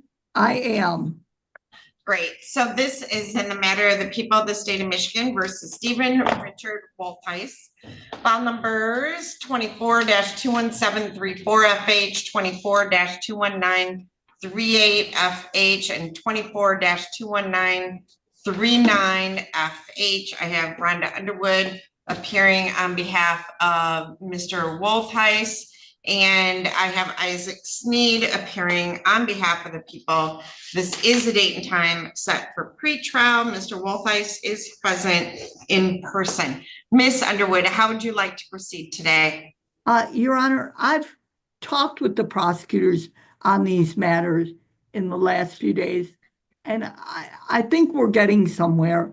I believe a short adjournment would be beneficial. I can do November 27 or December 11. Why don't we do December 11? All right, Miss Adams, Mr. Wolfheis is present here. So could I get a notice of hearing for December 11 at 8:30? Do you want to come in person or Zoom? Preferably Zoom, please. I have Do you have my Zoom number? epilepsy. I can't drive. No, do you have my Zoom number? May I please get it? Okay, Miss Adams and his notice, can I get also the Zoom instructions? Oh. All right, so Mr. Wolfheis, we're gonna bring you a notice of hearing and then the Zoom instructions. And you can just, do you have the app on your phone? I do. I've used it before. I don't know if I still have the number, to be honest with you. Okay, so we'll get you the Zoom notice and Okay. also a notice of hearing. And then we will see you back here on December 11 at 8:30 in the morning via Zoom, all right? Thank you. No, so sit down right behind you on that bench right there. And then Miss Adams will bring that to you, okay? All right, thank you, Mr. Wolfheis. All right, so thank you, Miss Underwood, Mr. Dagger Margosian. We're back with Mr. Higginbotham. So, Mr. Dagger Margosian, how do you wish to proceed then? Your Honor, we're ready to proceed with the outlined plea and sentence deal. So, Mr. Higginbotham, you want to raise your right hand? It's gonna show, okay. Okay, do you solemnly swear or affirm to tell the truth, the whole truth, and nothing but the truth? Yes, Your Honor. All right, will you state your full name for the record? Aaron Cortez, Higginbotham. All right, thank you. Mr. Dagger Margosian, what happened at his other court yesterday or the day before? Your Honor, as indicated, he was sentenced. It was to a term of probation, no incarceration, fines and costs, and You have the Zoom instructions? Hold on. I'm sorry, say that again, Mr. Dagger Margosian. Mr. Higginbotham was sentenced to a term of probation with fines and costs and community service, no incarceration. Okay. All right, so Mr. Higginbotham, you've heard the plea agreement that was placed on the record, and it would be that you would plead guilty to count 2 uttering and publishing, which carries a maximum penalty of up to 14 years in prison, and restitution on that is $35,449.86. Mr. Dagger Margosian? Your Honor, the total amount to the plea deal is going to be just south of 72,000. It's going to be So $71,995.45. Correct. Okay. And then is it your intention to plead to that count, Mr. Higginbotham? Yes, Your Honor.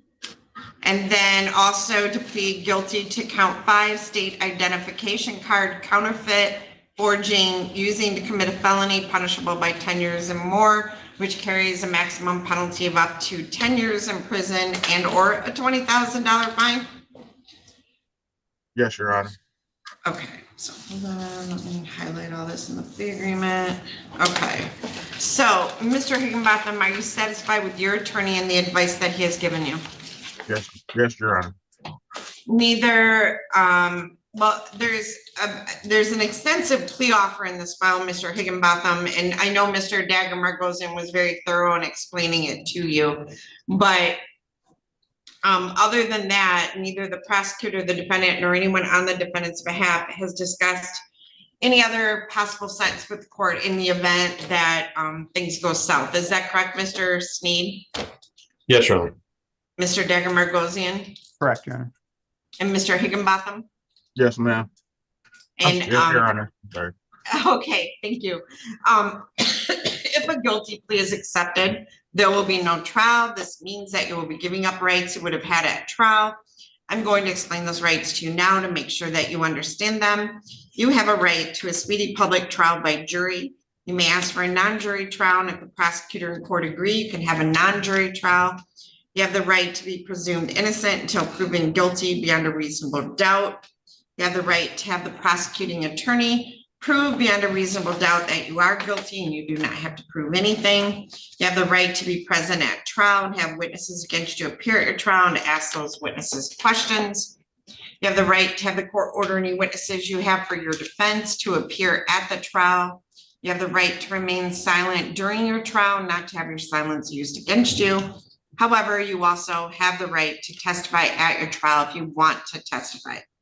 Mr. Higginbotham, do you understand that if your plea is accepted, you may be giving up the right to appeal issues that would otherwise be appealable if you were convicted at trial? Do you understand that? Yes, Your Honor. Do you understand that any appeal from the conviction and sentence pursuant to the plea will be by application for leave to appeal and not by right? Do you understand that? Yes, Your Honor. If you are not a citizen of the United States of America, a conviction of a crime may result in deportation, exclusion from admission to the United States of America, or denial of naturalization. Do you have any questions about the rights that I've given to you? No, Your Honor, I understand. Okay, so Mr. Higginbotham, how do you plead to the charge that on or about the period of December 1 of 2023 through April 4 of 2024 in Tecumseh Township in the county of Lenawee, that, I'm sorry, you did commit the offense under count 2 of uttering and publishing, guilty or not guilty? Guilty, right? Okay. Yes, you have an option of guilty or not guilty. So guilty or not guilty? Guilty, Your Honor. Okay. And then how do you plead the charge listed under count 5, state identification card counterfeiting, forging, using to commit a felony punishable by 10 years or more? Guilty or not guilty? Guilty, Your Honor. All right. So I know I screwed up understanding the plea bargain, but do you fully understand the plea offer that was placed on the record? Yes, ma'am. Yes, Your Honor. Okay. And other than that, has anyone made any threats or promises to you to induce you to plead guilty to these charges? No, Your Honor. And do you understand if I accept this plea, you will be giving up any and all claims that your plea is given as a result of promises or threats that were not disclosed to the court on the record during this hearing, or that it was not your own choice to enter the plea? Yes, Your Honor. Is the prosecutor or defense counsel aware of any promises or threats or inducements other than the plea bargain to induce the defendant to plead guilty? Mr. Sneed? No, Your Honor. Mr. Dagger-Margosian? No, Your Honor. So other than the plea agreement, Mr. Higginbotham, has your attorney promised you any other particular sentence or estimated what your sentence could be? No, Your Honor. Great. It's your own choice to plead guilty on these counts? Yes, Your Honor. All right. so Mr. Higginbotham, during the time period of December 1 of 2023 through April 4 of 2024, did you, go ahead, Mr. Decker Margosian, why don't you help me out on this? Because I know he lives in Wayne County and this involves Tecumseh, but perhaps you can, Roger. Sure, thank you, Anna. Mr. Higginbotham. Yes, sir. On the dates that the court indicated, from December 1st, 2023 to April 4th, 2024, did you enter a Harley Davidson dealership? Yes, sir. And did you present to an employee there a bill of exchange or a promissory note? A note? A document? Did you present Yes, a sir. document? Yes, sir. And was that document in some way forged or false or altered? Yes, sir. All right. And did you present it to be as true? Yes, sir. Okay. And you knew that it was false. You knew that it was a forged or altered Yes. document. All right. And that the motorcycle in that particular incident was 35 in the amount of $35,449.86. Yes, sir. All right. And at that same on that same date of incident, did you present a state ID card? Yes, sir. And again, you knew that that card was false or altered in some form or fashion? Yes, sir. And but you presented it as being a valid ID card? Yes, yes, Mr. Decker. All right. And the purpose of presenting that ID card was in connection of the uttering and publishing that I had just gone over, the presenting of the Yes, sir. forged promissory note. And you'd agree that the uttering and publishing is a felony with a penalty of 10 years or more? Yes, sir. Okay. I think I'm satisfied. I don't know if the people have any more further questions. Mr. Sneed, are you satisfied? I am satisfied. Thank you, Mr. Decker. Thank you, Mr. Decker Margosian. Has the court complied with MCR 6.302 B, C, and D? Mr. Sneed? Yes, thank you, Your Honor. Mr. Decker Margosian? Yes, Your Honor. I accept the plea. It has been given understandably, voluntarily, and accurately. The defendant has full knowledge of his rights. He does have competent counsel. This court has made no agreement regarding the possibility of a plea or possible sentence in this case with the prosecutor, the defense attorney, the defendant, or anyone acting in the interest of either of them other than the Killebrew agreement that was placed on the record. So I need to set sentencing out 11 months.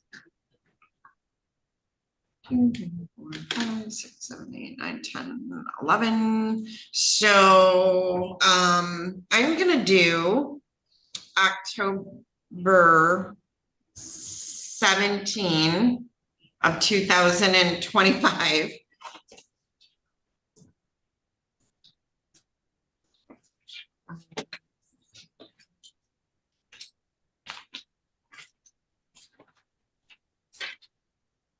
All right, so we're 17 of 2000, and that would be at 8:15 in the morning. So October 17 of 2025 at 8:15 in the morning. So Mr. Higginbotham, you got probation on your other case, so there's no holders, there's nothing keeping you in jail other than me right now, right? Well, I'm going to Hillsdale for something from 2017. I don't know. They didn't give me no information. Me and my mom.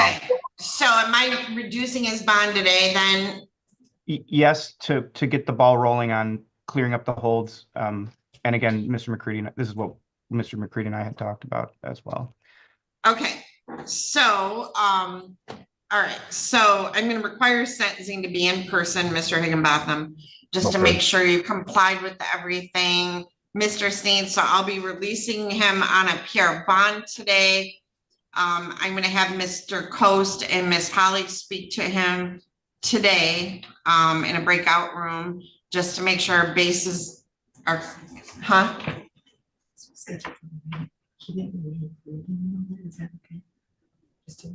He did. Okay, I think Michael said. Michael, I asked you to wait if you waive reading of the information, didn't I? Yeah, and we did. Okay, so Mr. Higgin, all right, so if I put a tether on him, they're just gonna take it off at the Hillsdale County Jail, I think. So Mr. Sneed, he's entered a plea. Obviously, if he doesn't comply, he'll end up with absconding charges and the plea agreement goes out the record or out the window. So Mr. Sneed, what is your position at this point regarding a tether? Will he be transferred directly to Hillsdale County Jail on the warrant? Yeah. Okay. Yeah, I defer to the court's discretion on the tether. Right. So, Mr. Higginbotham, tether is expensive and I really rather you start hammering on this restitution because it's huge. Mr. Coast, when he did an assessment, you assessed him, did you not? Yeah. So Mr. Coast's assessment said he was moderate, so not the worst.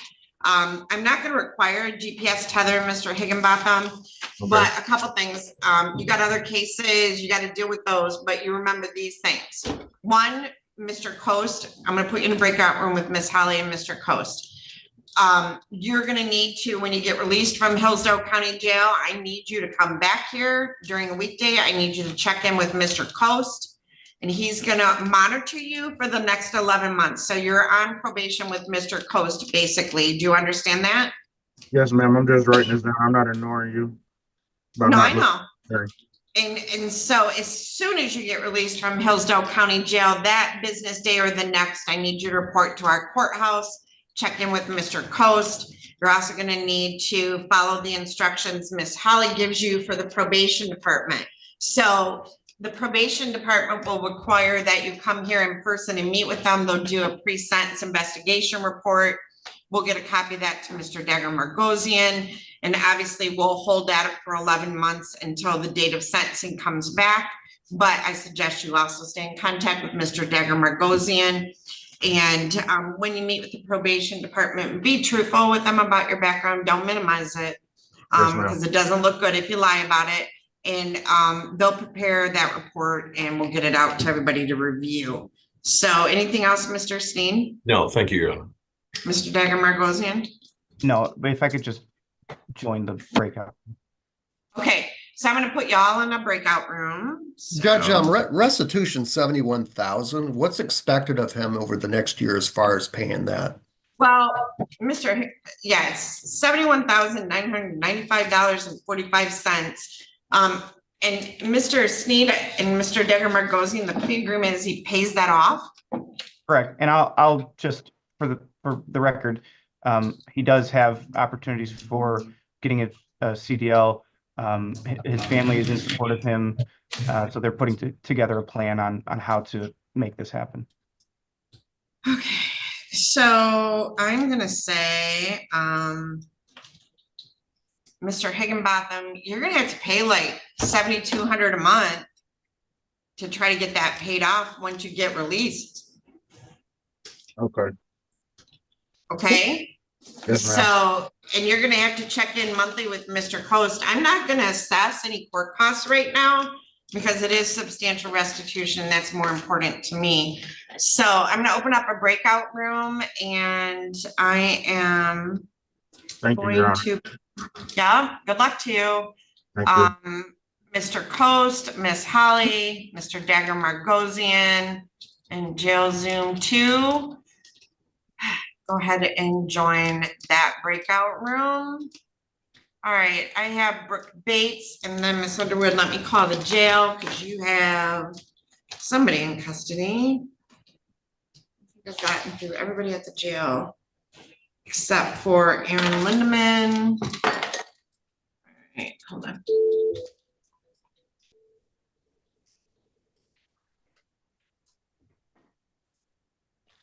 Wake County Jail, Deputy Lieutenant.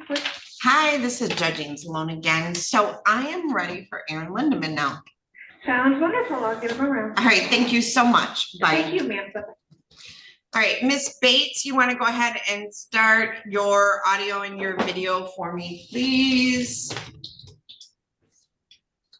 All right, this is in the matter of the people of the state of Michigan versus Brooke Bates, file number 24-21926FH, 24-21990FH. I have Rhonda Underwood appearing on behalf of Ms. Bates, who is present via Zoom, and Isaac Sneed appearing on behalf of the people. This is the date and time set for a pretrial conference in this matter. I have a note dated November 12th from Darren Coe stating that Ms. Bates is presently doing 2 times a week drug testings with him. She always appears for her tests on time and is completely negative each time. She is doing really well while out on bond. So Ms. Bates, I'm very proud of you. Sobriety is hard and I get that. So you are working hard on that. So Ms. Underwood, how do you wish to proceed with Ms. Bates today? First of all, I just want to confirm that you have all 3 files, Your Honor. I think I only heard 2. Well, you actually waived arraignment on one of them. Wait, no, that was Aaron Lindeman. I only have 2 files on Bates. Wait, what file number am I missing? Hang on. The other one is set for like December 18th, I want to say. It's a different date. Is it? I apologize. I meant to have all 3 the same day. Okay. So how would you like to proceed, Ms. Underwood? Your Honor, I discussed this with the prosecutor and we would like to have Ms. Bates screened for recovery court, Your Honor. And I think she's already got a head start. I think she would benefit greatly. But so if we could, perhaps that 18th day would work out for all the files, giving time to get her screened. So Ms. Bates, I'm going to set this pretrial over to December 18th at 8:30 with the other ones. And we'll see back on that day. Yes, Ms. Adams. I am showing December 11th. I'm sorry. Let me. Oh, sorry. My fault. It's okay. December 11. We'll set it over to December 11 at 8:30. All right. And Ms. Underwood, did you send the request for screening? We'll do that today, Your Honor. All right. Excellent. All right, Ms. Bates, thank you very much. Keep up the good work. And we'll see you back on December 11th at 8:30 in the morning. All right. All right. Thank you so much. Thank you. All right, so, Jill, 1 second, is this your son finally? Yeah, okay. Sorry about that. I know. All right, so Mr. Lindeman, I just want you to know that your mom is here for you today, all right? Okay. Okay, this is in the matter of the people of the state of Michigan versus Aaron Scott Lindeman. So, Ms. Underwood, he was to be arraigned today on file number 24-22036FH. You did file a waiver of arraignment on that file, so I do not have that file today. And then for pre-trial today, I have 2 files, 24-21864FH and 24-21941FH. Rhonda Underwood appearing on behalf of Mr. Lindeman, and I have Isaac Sneed appearing on behalf of the people. So, Ms. Underwood, how do you wish to proceed today with Mr. Lindeman? Your Honor, the plea offer at this time, I believe, is that Mr. Lindeman would plead to counts 1 and 3. I wasn't taking a plea yet. I'm sorry. I wasn't taking the plea yet. No, I'm No, so Mr. Lindeman, I like for the plea agreement to be placed on the record, so I keep track of it. That's the only thing she's doing for me, all right? So on file number 24-21864, you're saying the plea is to plead to count 1 and 3? correct. I believe that's the correct number. I'm curious. Okay. And on the second file, the counts are also counts 1 and 3. And then on the last file, the methamphetamine file, that would be as charged. All supplements would be dismissed. And the prosecutor is requesting a minimum MDOC of 24 months.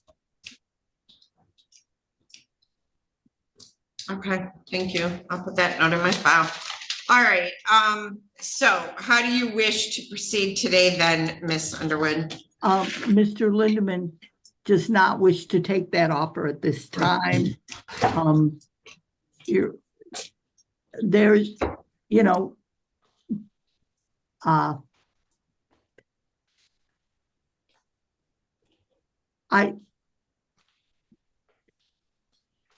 I can set this for another pre-trial conference for you to thank have an you, Your Honor. opportunity. I think that would be to- wise. All right, so, Mr. Lindeman, I like to have the plea agreement, placed on the record so that I can review files. You do have a habitual offender fourth offense notice on each file. So understand, for example, on 24-21864, count 1, you're charged with police officer fleeing 3rd degree. That's a 5-year felony. So if you were convicted at trial, you would be sentenced to life in prison. Do you understand that because of your habitual fourth? Yeah, Miss Underwood was gonna talk about drug court. No, that's fine. I'm just explaining that to you. So understand that any count. Thus far, the prosecutor has not agreed to drug court or the RAP program, Your Honor. Okay, so Mr. Lindeman, because the prosecutor is seeking an MDOC sentence, unless they agree to have you screened, that's not a possibility at this time. But Ms. Underwood will continue to work with the prosecutor and she will meet with you, and then we'll come back for pre-trial on, how far out do you want a pre-trial? You said a month? Yes. How about December 18th at 8:30 in the morning? We'll come back for a pre-trial, all right? I'll do the stip in order with Mr. Sneed's permission. Yep, and that will be on all 3 files, and we'll do the notice on the waiver of arraignment file, all right? Thank you. Can I just place on record, Judge, that plea agreement is on the table until December 13th? Just so Can you everyone, make it the 18th for me? it's open for 30 days. That's our policy. So, Is that a new, okay. Is that a new policy? I didn't know about that. no, it's not new. It's been in existence since I've been here. Oh, okay. I've not heard that before. All right, so Ms. Underwood, obviously we'll meet with you, Mr. Lindeman, and discuss that with you, okay? All right, she was also mentioned something about for my contempts. I'm gonna put those over to that same day as well. All right, is that when my contempts are up? What do you mean your contempts are up? Because I have 3 contempts of court. What's holding me in jail? The 330,000s. What's I his can't. bond on the file that arraigned? 105,000. So, well, you're Okay. also being held on that new file as well, correct? Yeah, the 10,000. Yeah, and even if there's a contempt, I give you a credit on all the files, okay? All right, so my contempt's up at 90 days, or Unless I revoked your bond on the underlying file, which I typically do. yeah, I didn't know any of them was revoked. So you got a contempt of court for failure to appear. And I issued a warrant, so there's also a $25,000 bond on Miss Adams. Would that 25,000 bond be on his underlying file as well? So just if you look at the most recent pre-sentence agreement, I'm sorry, GPS pre-sentence monitor. commitment, I believe you changed the bond on all counts to 30,000, I think it was. Yeah, so you Yes. do have a bond. You're getting credit on all these, Mr. Lindeman. All right, this was supposed to be a bond hearing for bond reduction. For a GPS monitor for tether. Yeah. I don't have you down for a bond hearing, sir. Your Honor. Yeah, that's what it said on my paperwork. Miss Adam or Miss Underwood? I didn't file a formal request.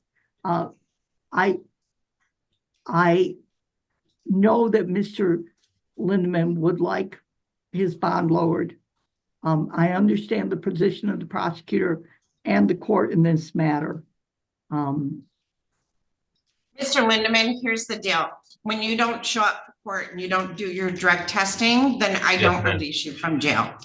So you had ample opportunities to comply with the court's order. You failed to appear, you failed to do your testing, which were bond requirements. And now you have a new methamphetamine charge. So no, I'm going to deny any request for a bond reduction.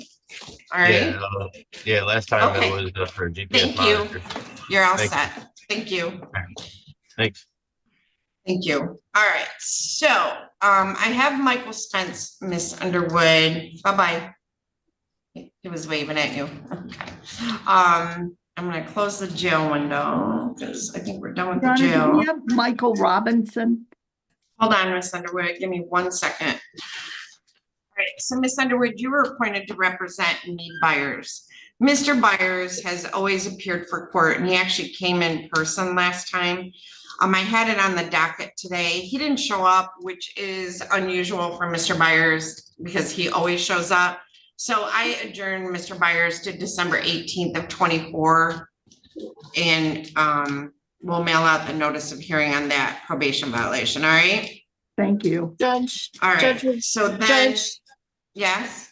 regarding Mr. Byers, you told him he didn't need to appear if he made payments.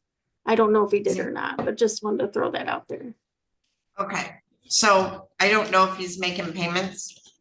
So I just adjourned it to December 18th, and well, Miss Holly, can you verify whether Mr. Byers was making payments?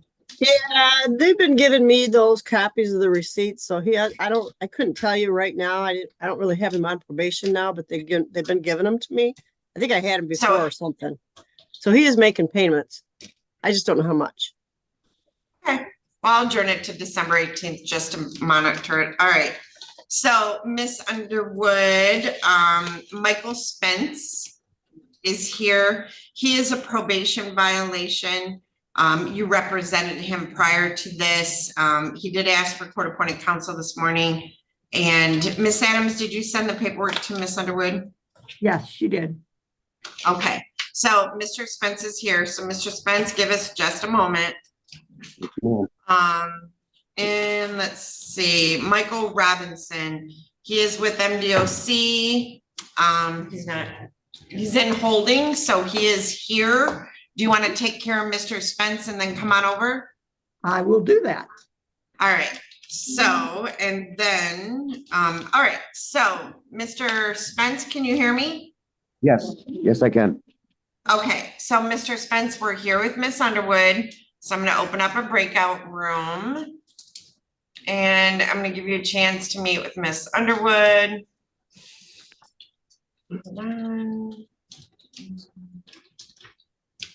Thank you. You're welcome.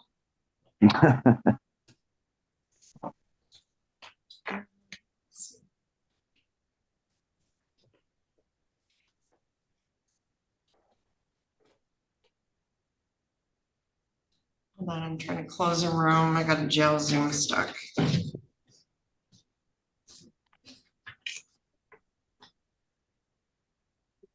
Okay, now the room's closed. All right, don't go anywhere, Katie. All right, so Miss Underwood and Mr. Spence, go ahead and join that breakout room.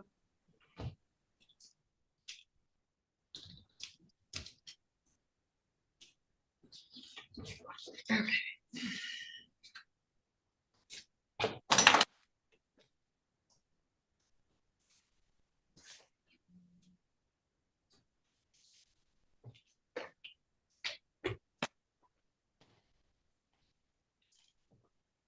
All right, I will be right back.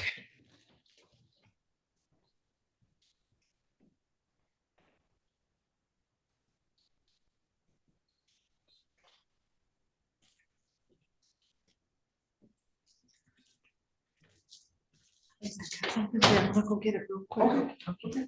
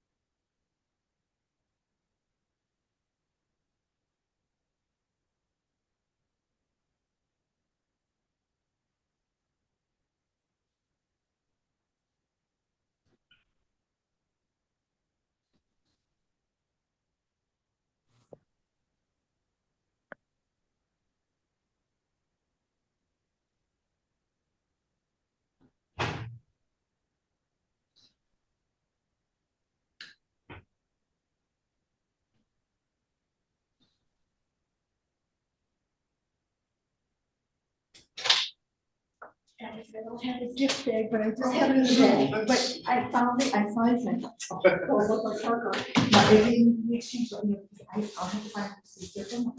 Okay. And I knew I had one more gift card, but I couldn't find it.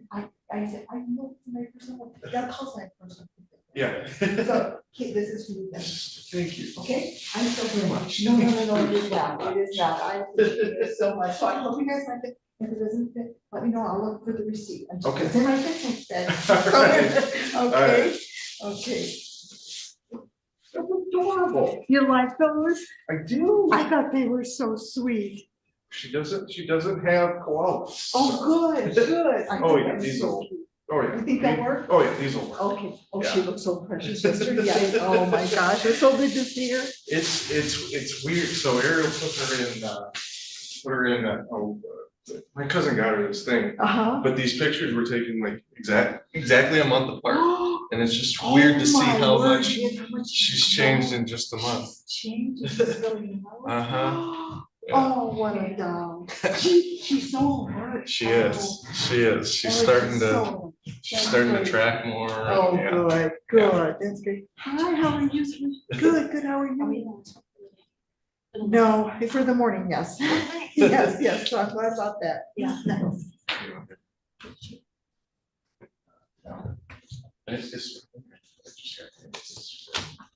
So.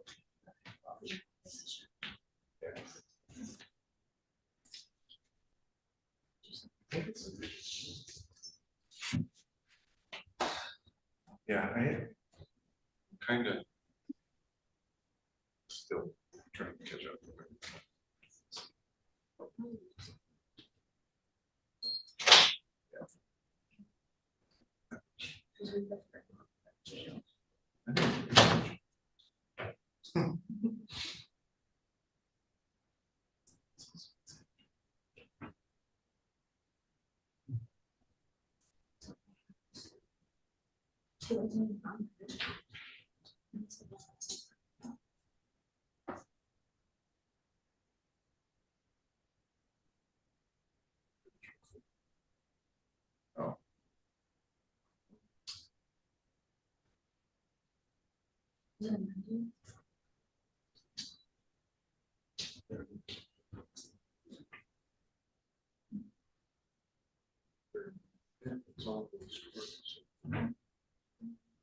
It's known on the original.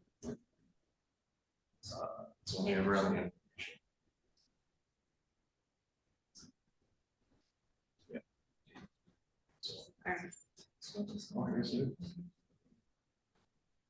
Oh, yeah, that's.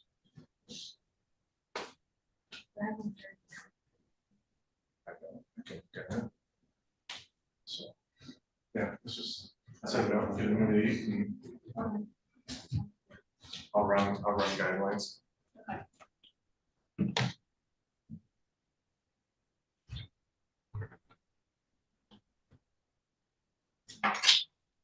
All rise, court is back in session. Not really, because Joanne's not back. Yeah, I got Rhonda back. I was just seeing Rhonda was there. Oh, well, she's here. What I missed last time. Yes. All right, hold on, I'm gonna close the breakout room.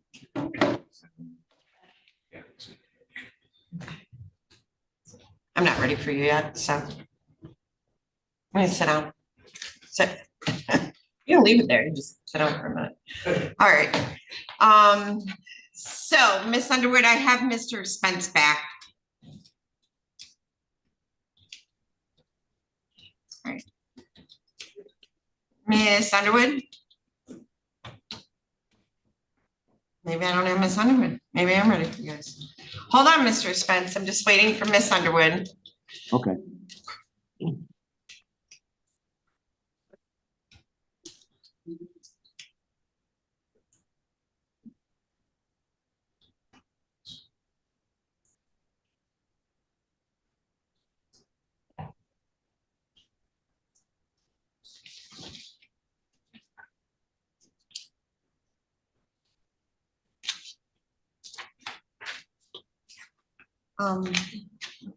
Mr. Van Netto. Yes.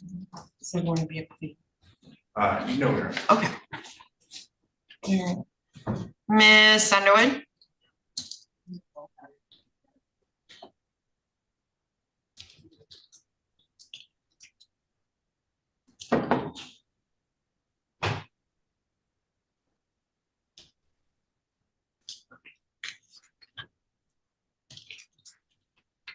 All right, so Miss Underwood, are you there? My apologies, Your Honor. It's okay, you're allowed to have a break. All right, so we're back on the record with Mr. Spence. And how would you like to proceed with Mr. Spence, Miss Underwood?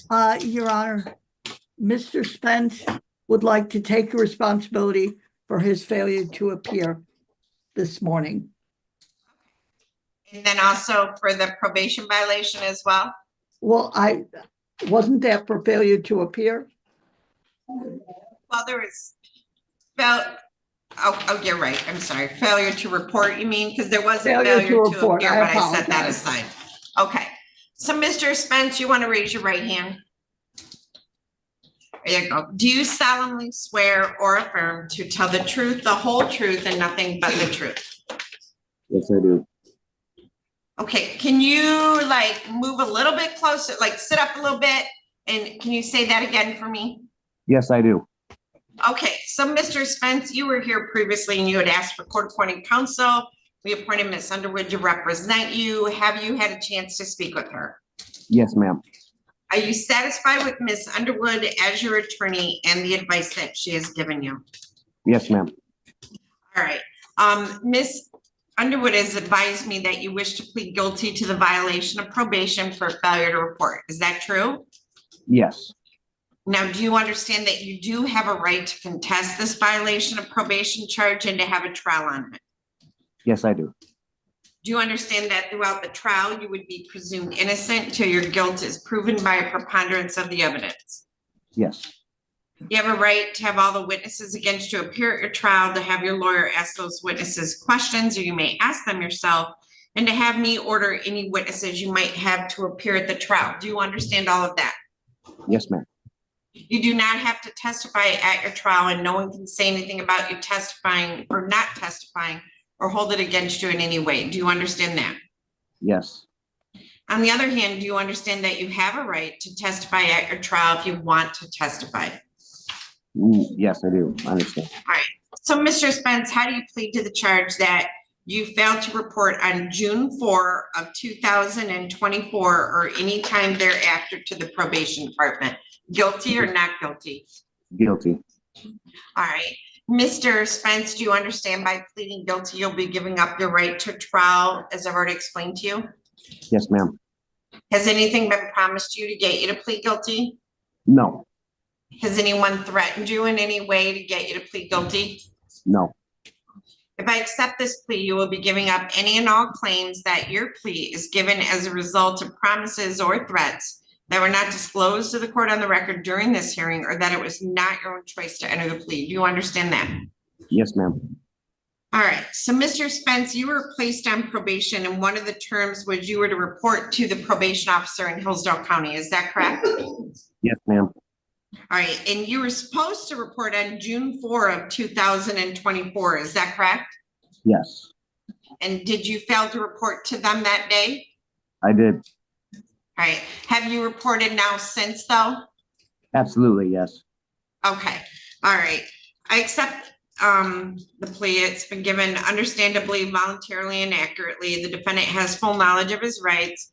He does have competent counsel. So, Ms. Underwood, I am going to set this for sentencing. Miss Adams, could I do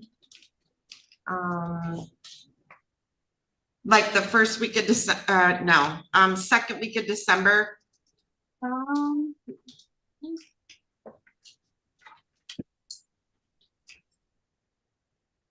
Yeah, we could do December 13th at 8 a.m. So write that down, December 13 at 8 a.m. Are you available that day, Miss Underwood? Yes, Your Honor.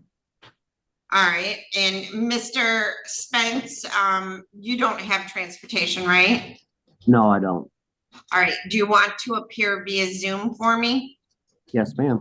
All right, it's the same number that you used today? Okay. All right, and I know you're in Hillsdale County still? Yes, ma'am, I am. All right, so Miss Holly, this is a Mr. Moore case, and I've adjourned it out because he'll need time, I guess. But so I've set it out to then, if I put you in a breakout room with them, can you get his, he has no way to get here. You're so homeless, Mr. Spence? Yes. Okay, and he doesn't have transportation, so I'm gonna put you in a breakout room to get his contact information. He is reporting now in Hillsdale, so he is compliant with that. And that way, Mr. Moore will have time to prepare that. So let me find my breakout rooms somewhere here. All right, and then once you're done talking to Miss Holly, you can just disconnect, okay? Okay. But make sure you write down what she tells you to do. Absolutely.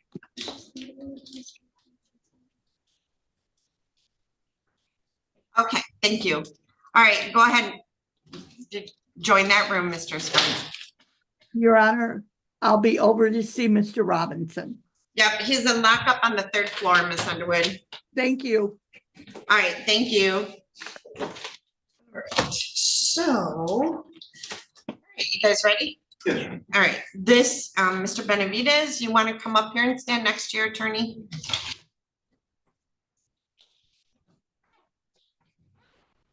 All right, this is in the matter of the people of the state of Michigan versus Eduardo Benavides, file number 24-21986FH. I do have a letter from Darren Coast dated November 12. And Mr. Coast, would you like to, I think you and I spoke a little bit yesterday, but go ahead, Mr. Coast. Do you want to give us an update on Mr. Benavides? Sure, Judge. Last time he was before you, actually pled guilty on the contempt of court for testing positive for one of the drug screens. He did serve one night in jail. You released him on a PR with the understanding that he was going to contact CMH for a substance abuse screening. He did do that. However, no services were rendered or recommended. because he indicated he was not using cocaine and he did not have a problem with cocaine.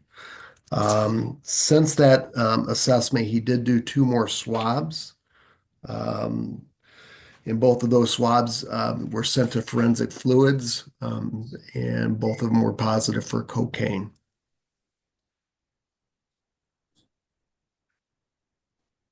All right, thank you, Mr. Coast. We're on, Miss Holly, we're on Benavides right now. All right. Thank you. All right, so, Miss, I have, trying to remember, your P number is older. I have Alexander Bayonetto appearing on behalf of the people and Katerina Dumont appearing on behalf of Mr. Benavides. So, how do we wish to proceed today? Your Honor, we were gonna ask for another pretrial date. We did get an offer. I know Mr. Daly was able to speak with Mr. Benavides, but minimally, it's as charged, but no subs.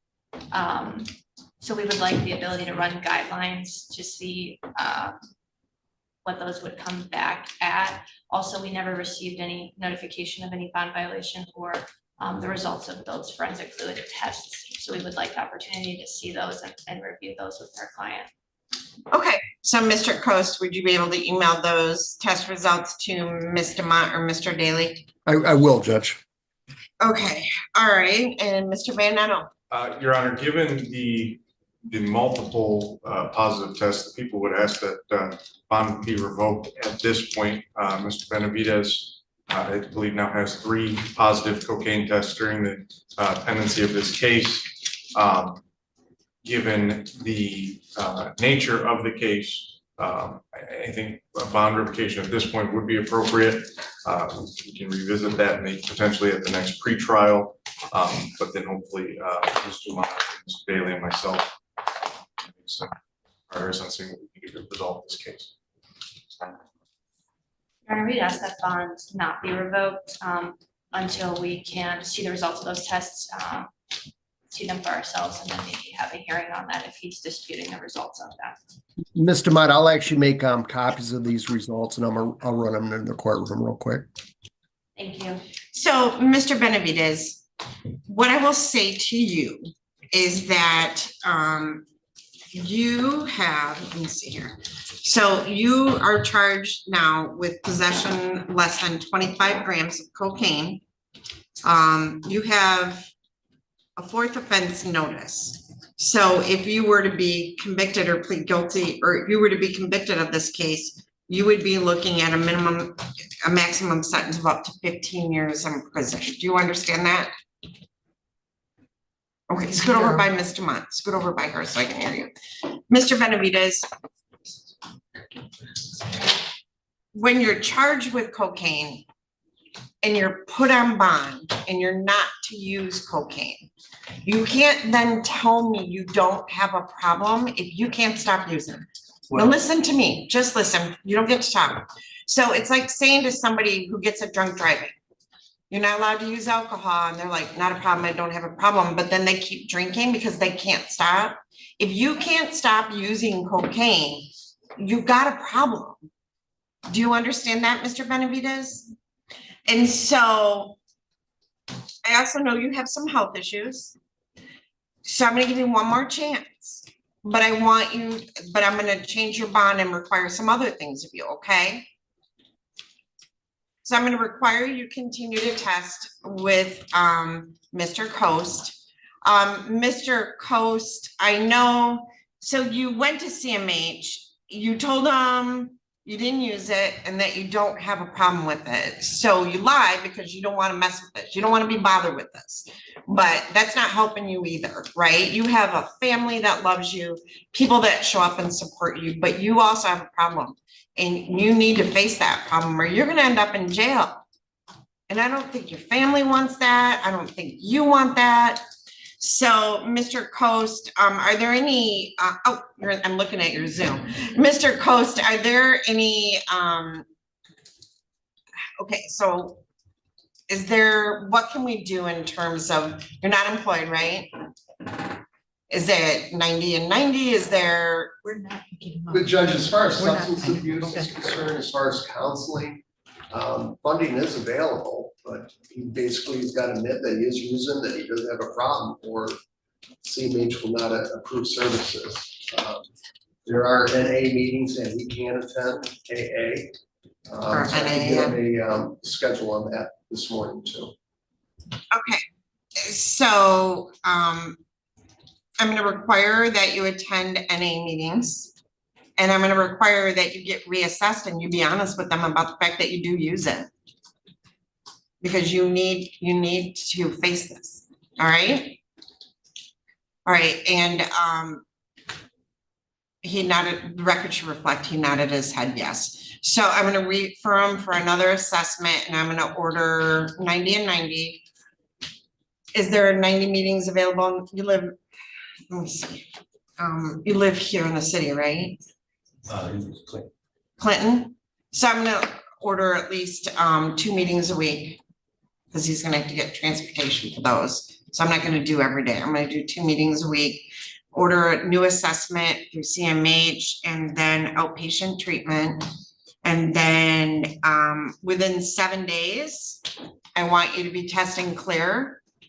And if you're not, I will lock you up to stop you. Do you understand? So I want you to get help. And you obviously need help, whether you want it or not. So you have a choice. Because I haven't been using, so it's like, why is it every test that I am taking, I'm testing positive for that possession if I haven't even used it? It's like, Are you, it's got- okay, hold on. Are you on any medications? No. Then, He's been sick. When the day we went and tested him, he was sick for a whole week and then he dropped and he said he was clean that day he tested him. all right. And he's like, I understand. Can we test him today, Mr. Coast? You can do a urine screen today, Judge, to get immediate results. Because I remember that day he said he was. Okay, will you do a urine screen today? I don't have the money right now. It's free, it's here. Yeah, it's like, I don't understand every test that I'm taking. Okay, so Mr. Coast, we're gonna have you tested today at my expense, okay? All right, we'll take a recess for you to do that. All right, I'll be trying to hold it.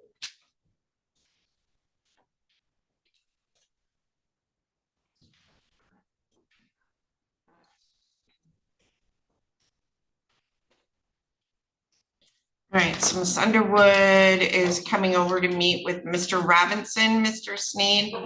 So I'm gonna step up.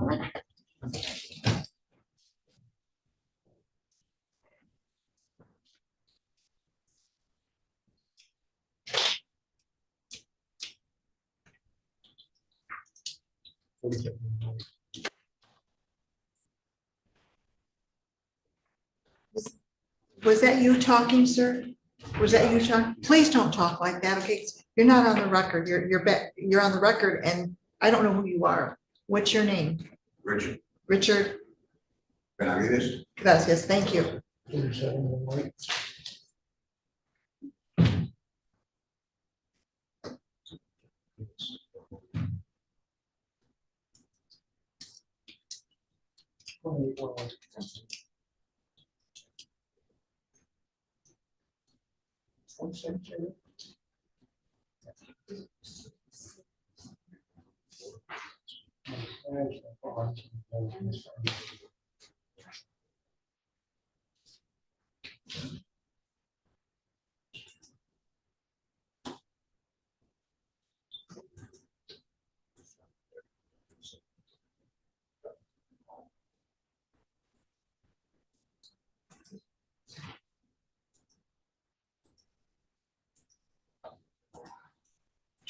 Yeah.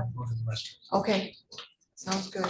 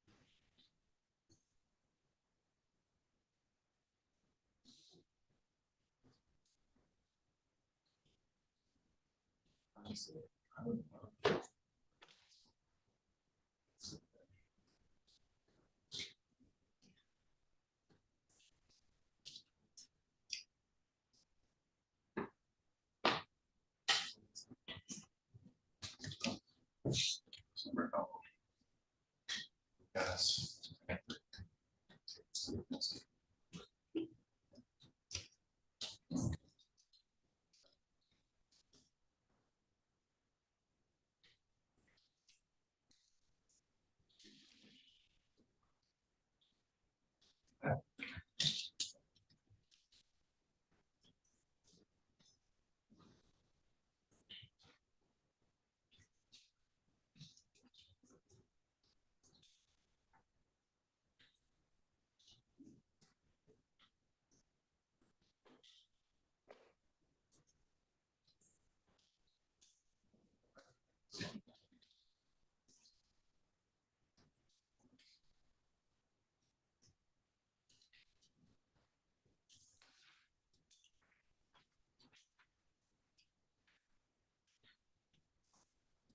I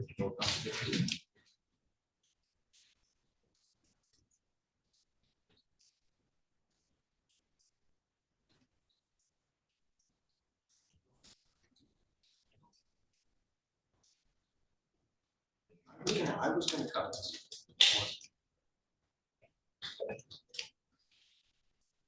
You stay.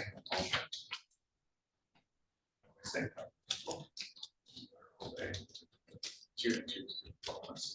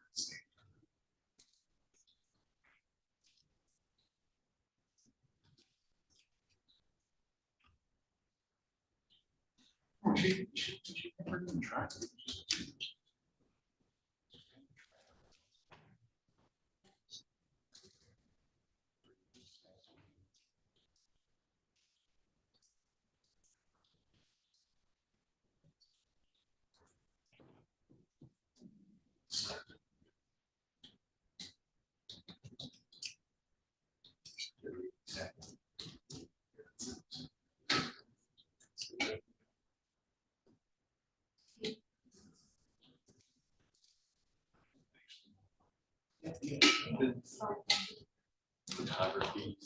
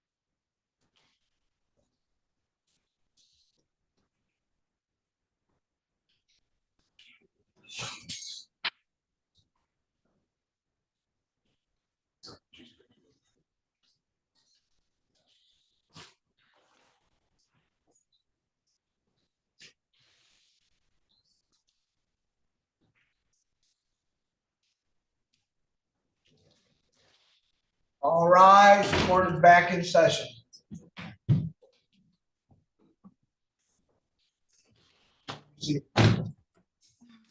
Everybody be seated.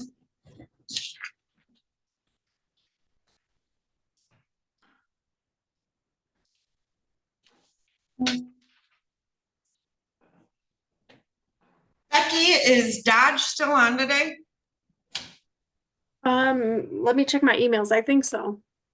Well, I'm gonna guess not.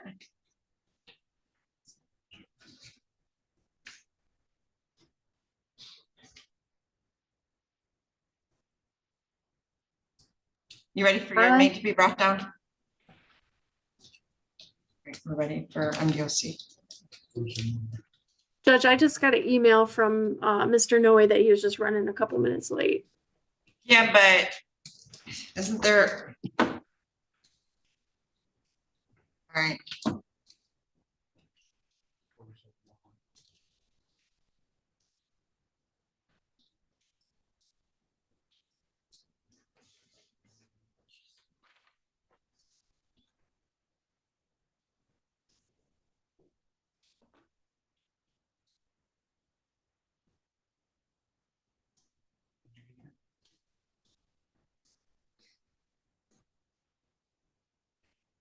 All right, so Miss, you ready on Benavides? I believe so, yeah. All right, Mr. Coast, are you on Zoom?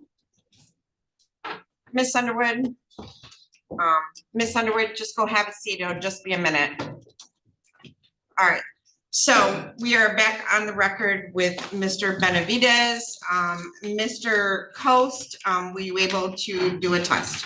Yes, ma'am. We did a urine screen. The results were positive for THC and also cocaine.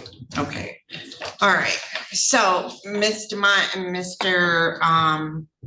Vanetto. So Mr. Benavides, what I'm going to do on the contempt of court, I'm going to remand you the custody of the sheriff's department for 1 week. We're going to have you tested in 7 days and see what the drug screen says. And that will indicate to me whether or not you're using or it's just in your system. So Miss Adams, our next pretrial will be November 20th. So I'm going to set this over to November 20th. And Mr. Coast, you'll test him the day before. I will, Judge. And then obviously you'll probably still test positive for marijuana, but I'm looking for the cocaine. And so we'll see you back next Wednesday for a pretrial. Thank you. Thank you.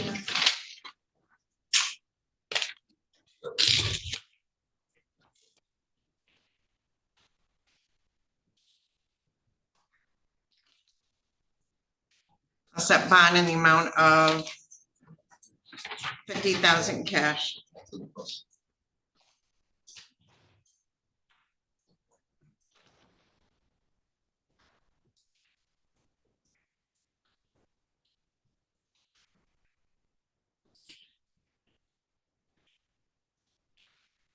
All right.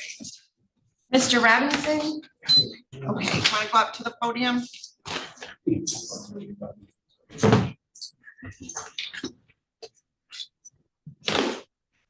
All right, just go stand next to Miss Underwood, okay? All right, this is in the matter of the people of the state of Michigan versus Michael Dwayne Robinson, file number 24-21698FH. Thank you all for being patient with us this morning. Miss Underwood has a very heavy caseload, and so she goes back and forth between the courts, and she usually comes to me second. So, Miss Underwood, this is the date and time. Did he get fingerprinted this morning? Excellent, thank you. And so this is the date and time set for a pretrial. I have Isaac Sneed appearing on behalf of the people, and I have Rhonda Underwood appearing on behalf of Mr. Robinson. The prior plea offer I have is plead as charged, no subs. So, Miss Underwood, how would you like to proceed today with Mr. Robinson? I have discussed the plea offer with Mr. Robinson. I believe we've discussed it a couple of times. I've also made Mr. Robinson aware that I would ask the court for a COBS to the low end of the guidelines in this matter, Your Honor. At this time, Your Honor, and Mr. Robinson further understands, or I've explained to him, that with his supplements, this matter becomes very serious. Yeah, so let me go through that with him again. Okay, so Mr. Robinson, you're charged with 1 count of assaulting a prison guard. Do you understand that? All right, can you speak up a little bit for me? Yes, ma'am. Okay, good. Now, that is a 5-year felony. So that means it could carry up to 5 years in prison. Do you understand that? Yes.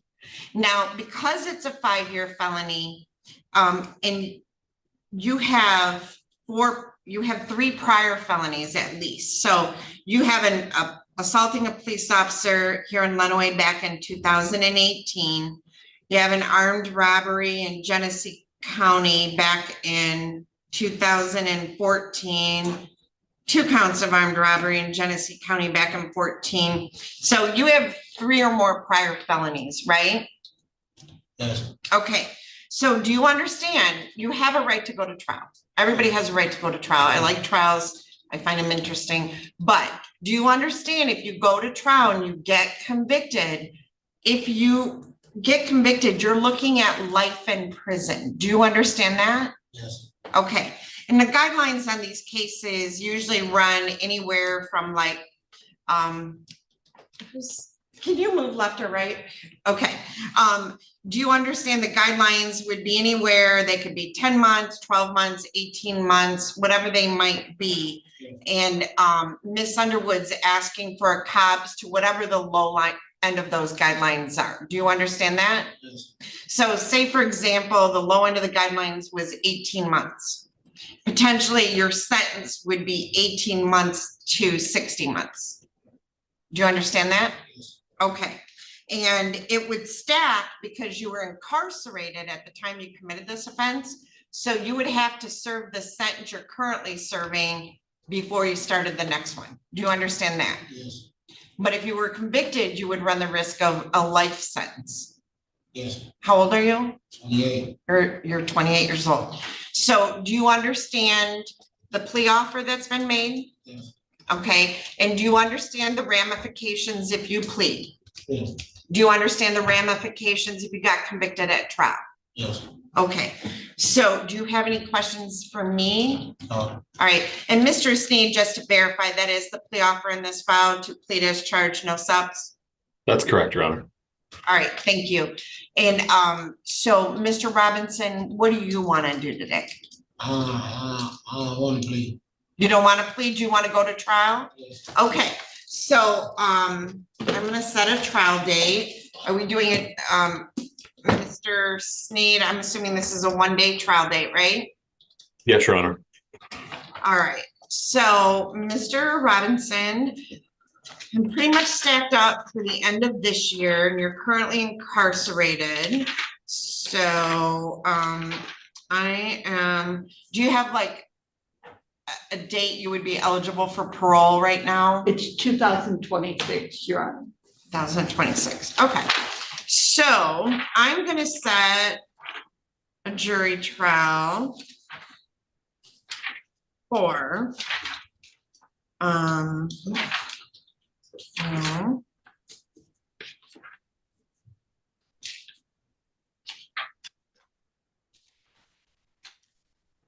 how about Tuesday, April 15 of 2025? Okay. Okay. All right.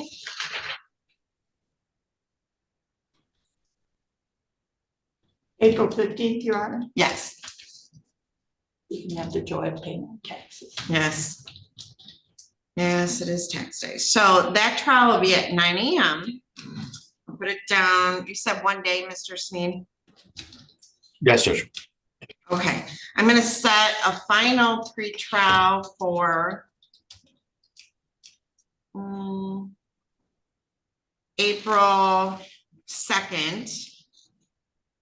If I gave him a copy of that, would he be able to take it with him today? We'll give it to our records office. Your Honor, I'm gonna make a suggestion. Could we have that pretrial on perhaps another day than Wednesday, so I have some time? I'm gonna ask that Mr. Robinson be brought in person, so I have some time to do some trial. Where are you prep with currently him. at? McCollum Correctional Facility. Or McCollum. Okay. So, Mr. Sneed, do you have any objection if I did like an afternoon pretrial somewhere where he could be brought over and? No objection. Okay, so. All right, what about February 20th at 1:30? That way you would be at the top of my calendar, so you would go right away, so I wouldn't have a wait. February 20th at 1:30? That's great. Okay. So we'll do February 20 of 25 at 1:30 p.m. I'm gonna do that in person, but you would be the first person because you'll be my first thing and only thing on the docket at 1:30, okay? So we'll need a writ for that, Mr. Sneed. May I have that date and time again, Your Honor? I'm sorry, February 20 at 1:30 p.m.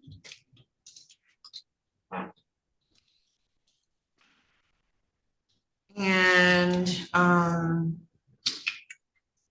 going to require, that'll be the motion deadline, and then jury instructions, I'm going to require by February 12th, along with voir dire questions. And let me get this out. So, Mr. Robinson, we'll get you a copy of this today, and I'll give them I'll give it to your transport officers and they'll process that so you get it over at the prison, okay? That way Miss Underwood doesn't have to mail you a copy. So let me, and Miss Adams, if I can just get a copy of this.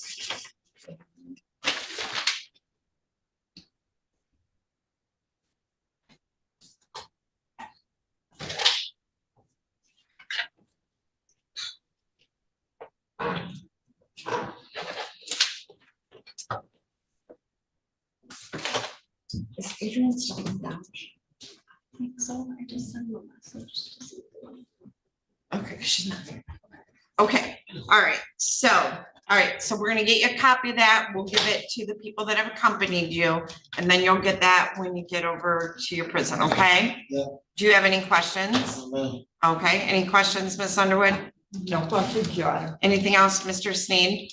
No, thank you, Your Honor. All right, so just give me 1 second, Miss Underwood, and we'll get that brought back in for him. So I don't have anybody showing up on Dodge, Miss. Well, the sittings withdrew, Yeah. so. Right. Okay.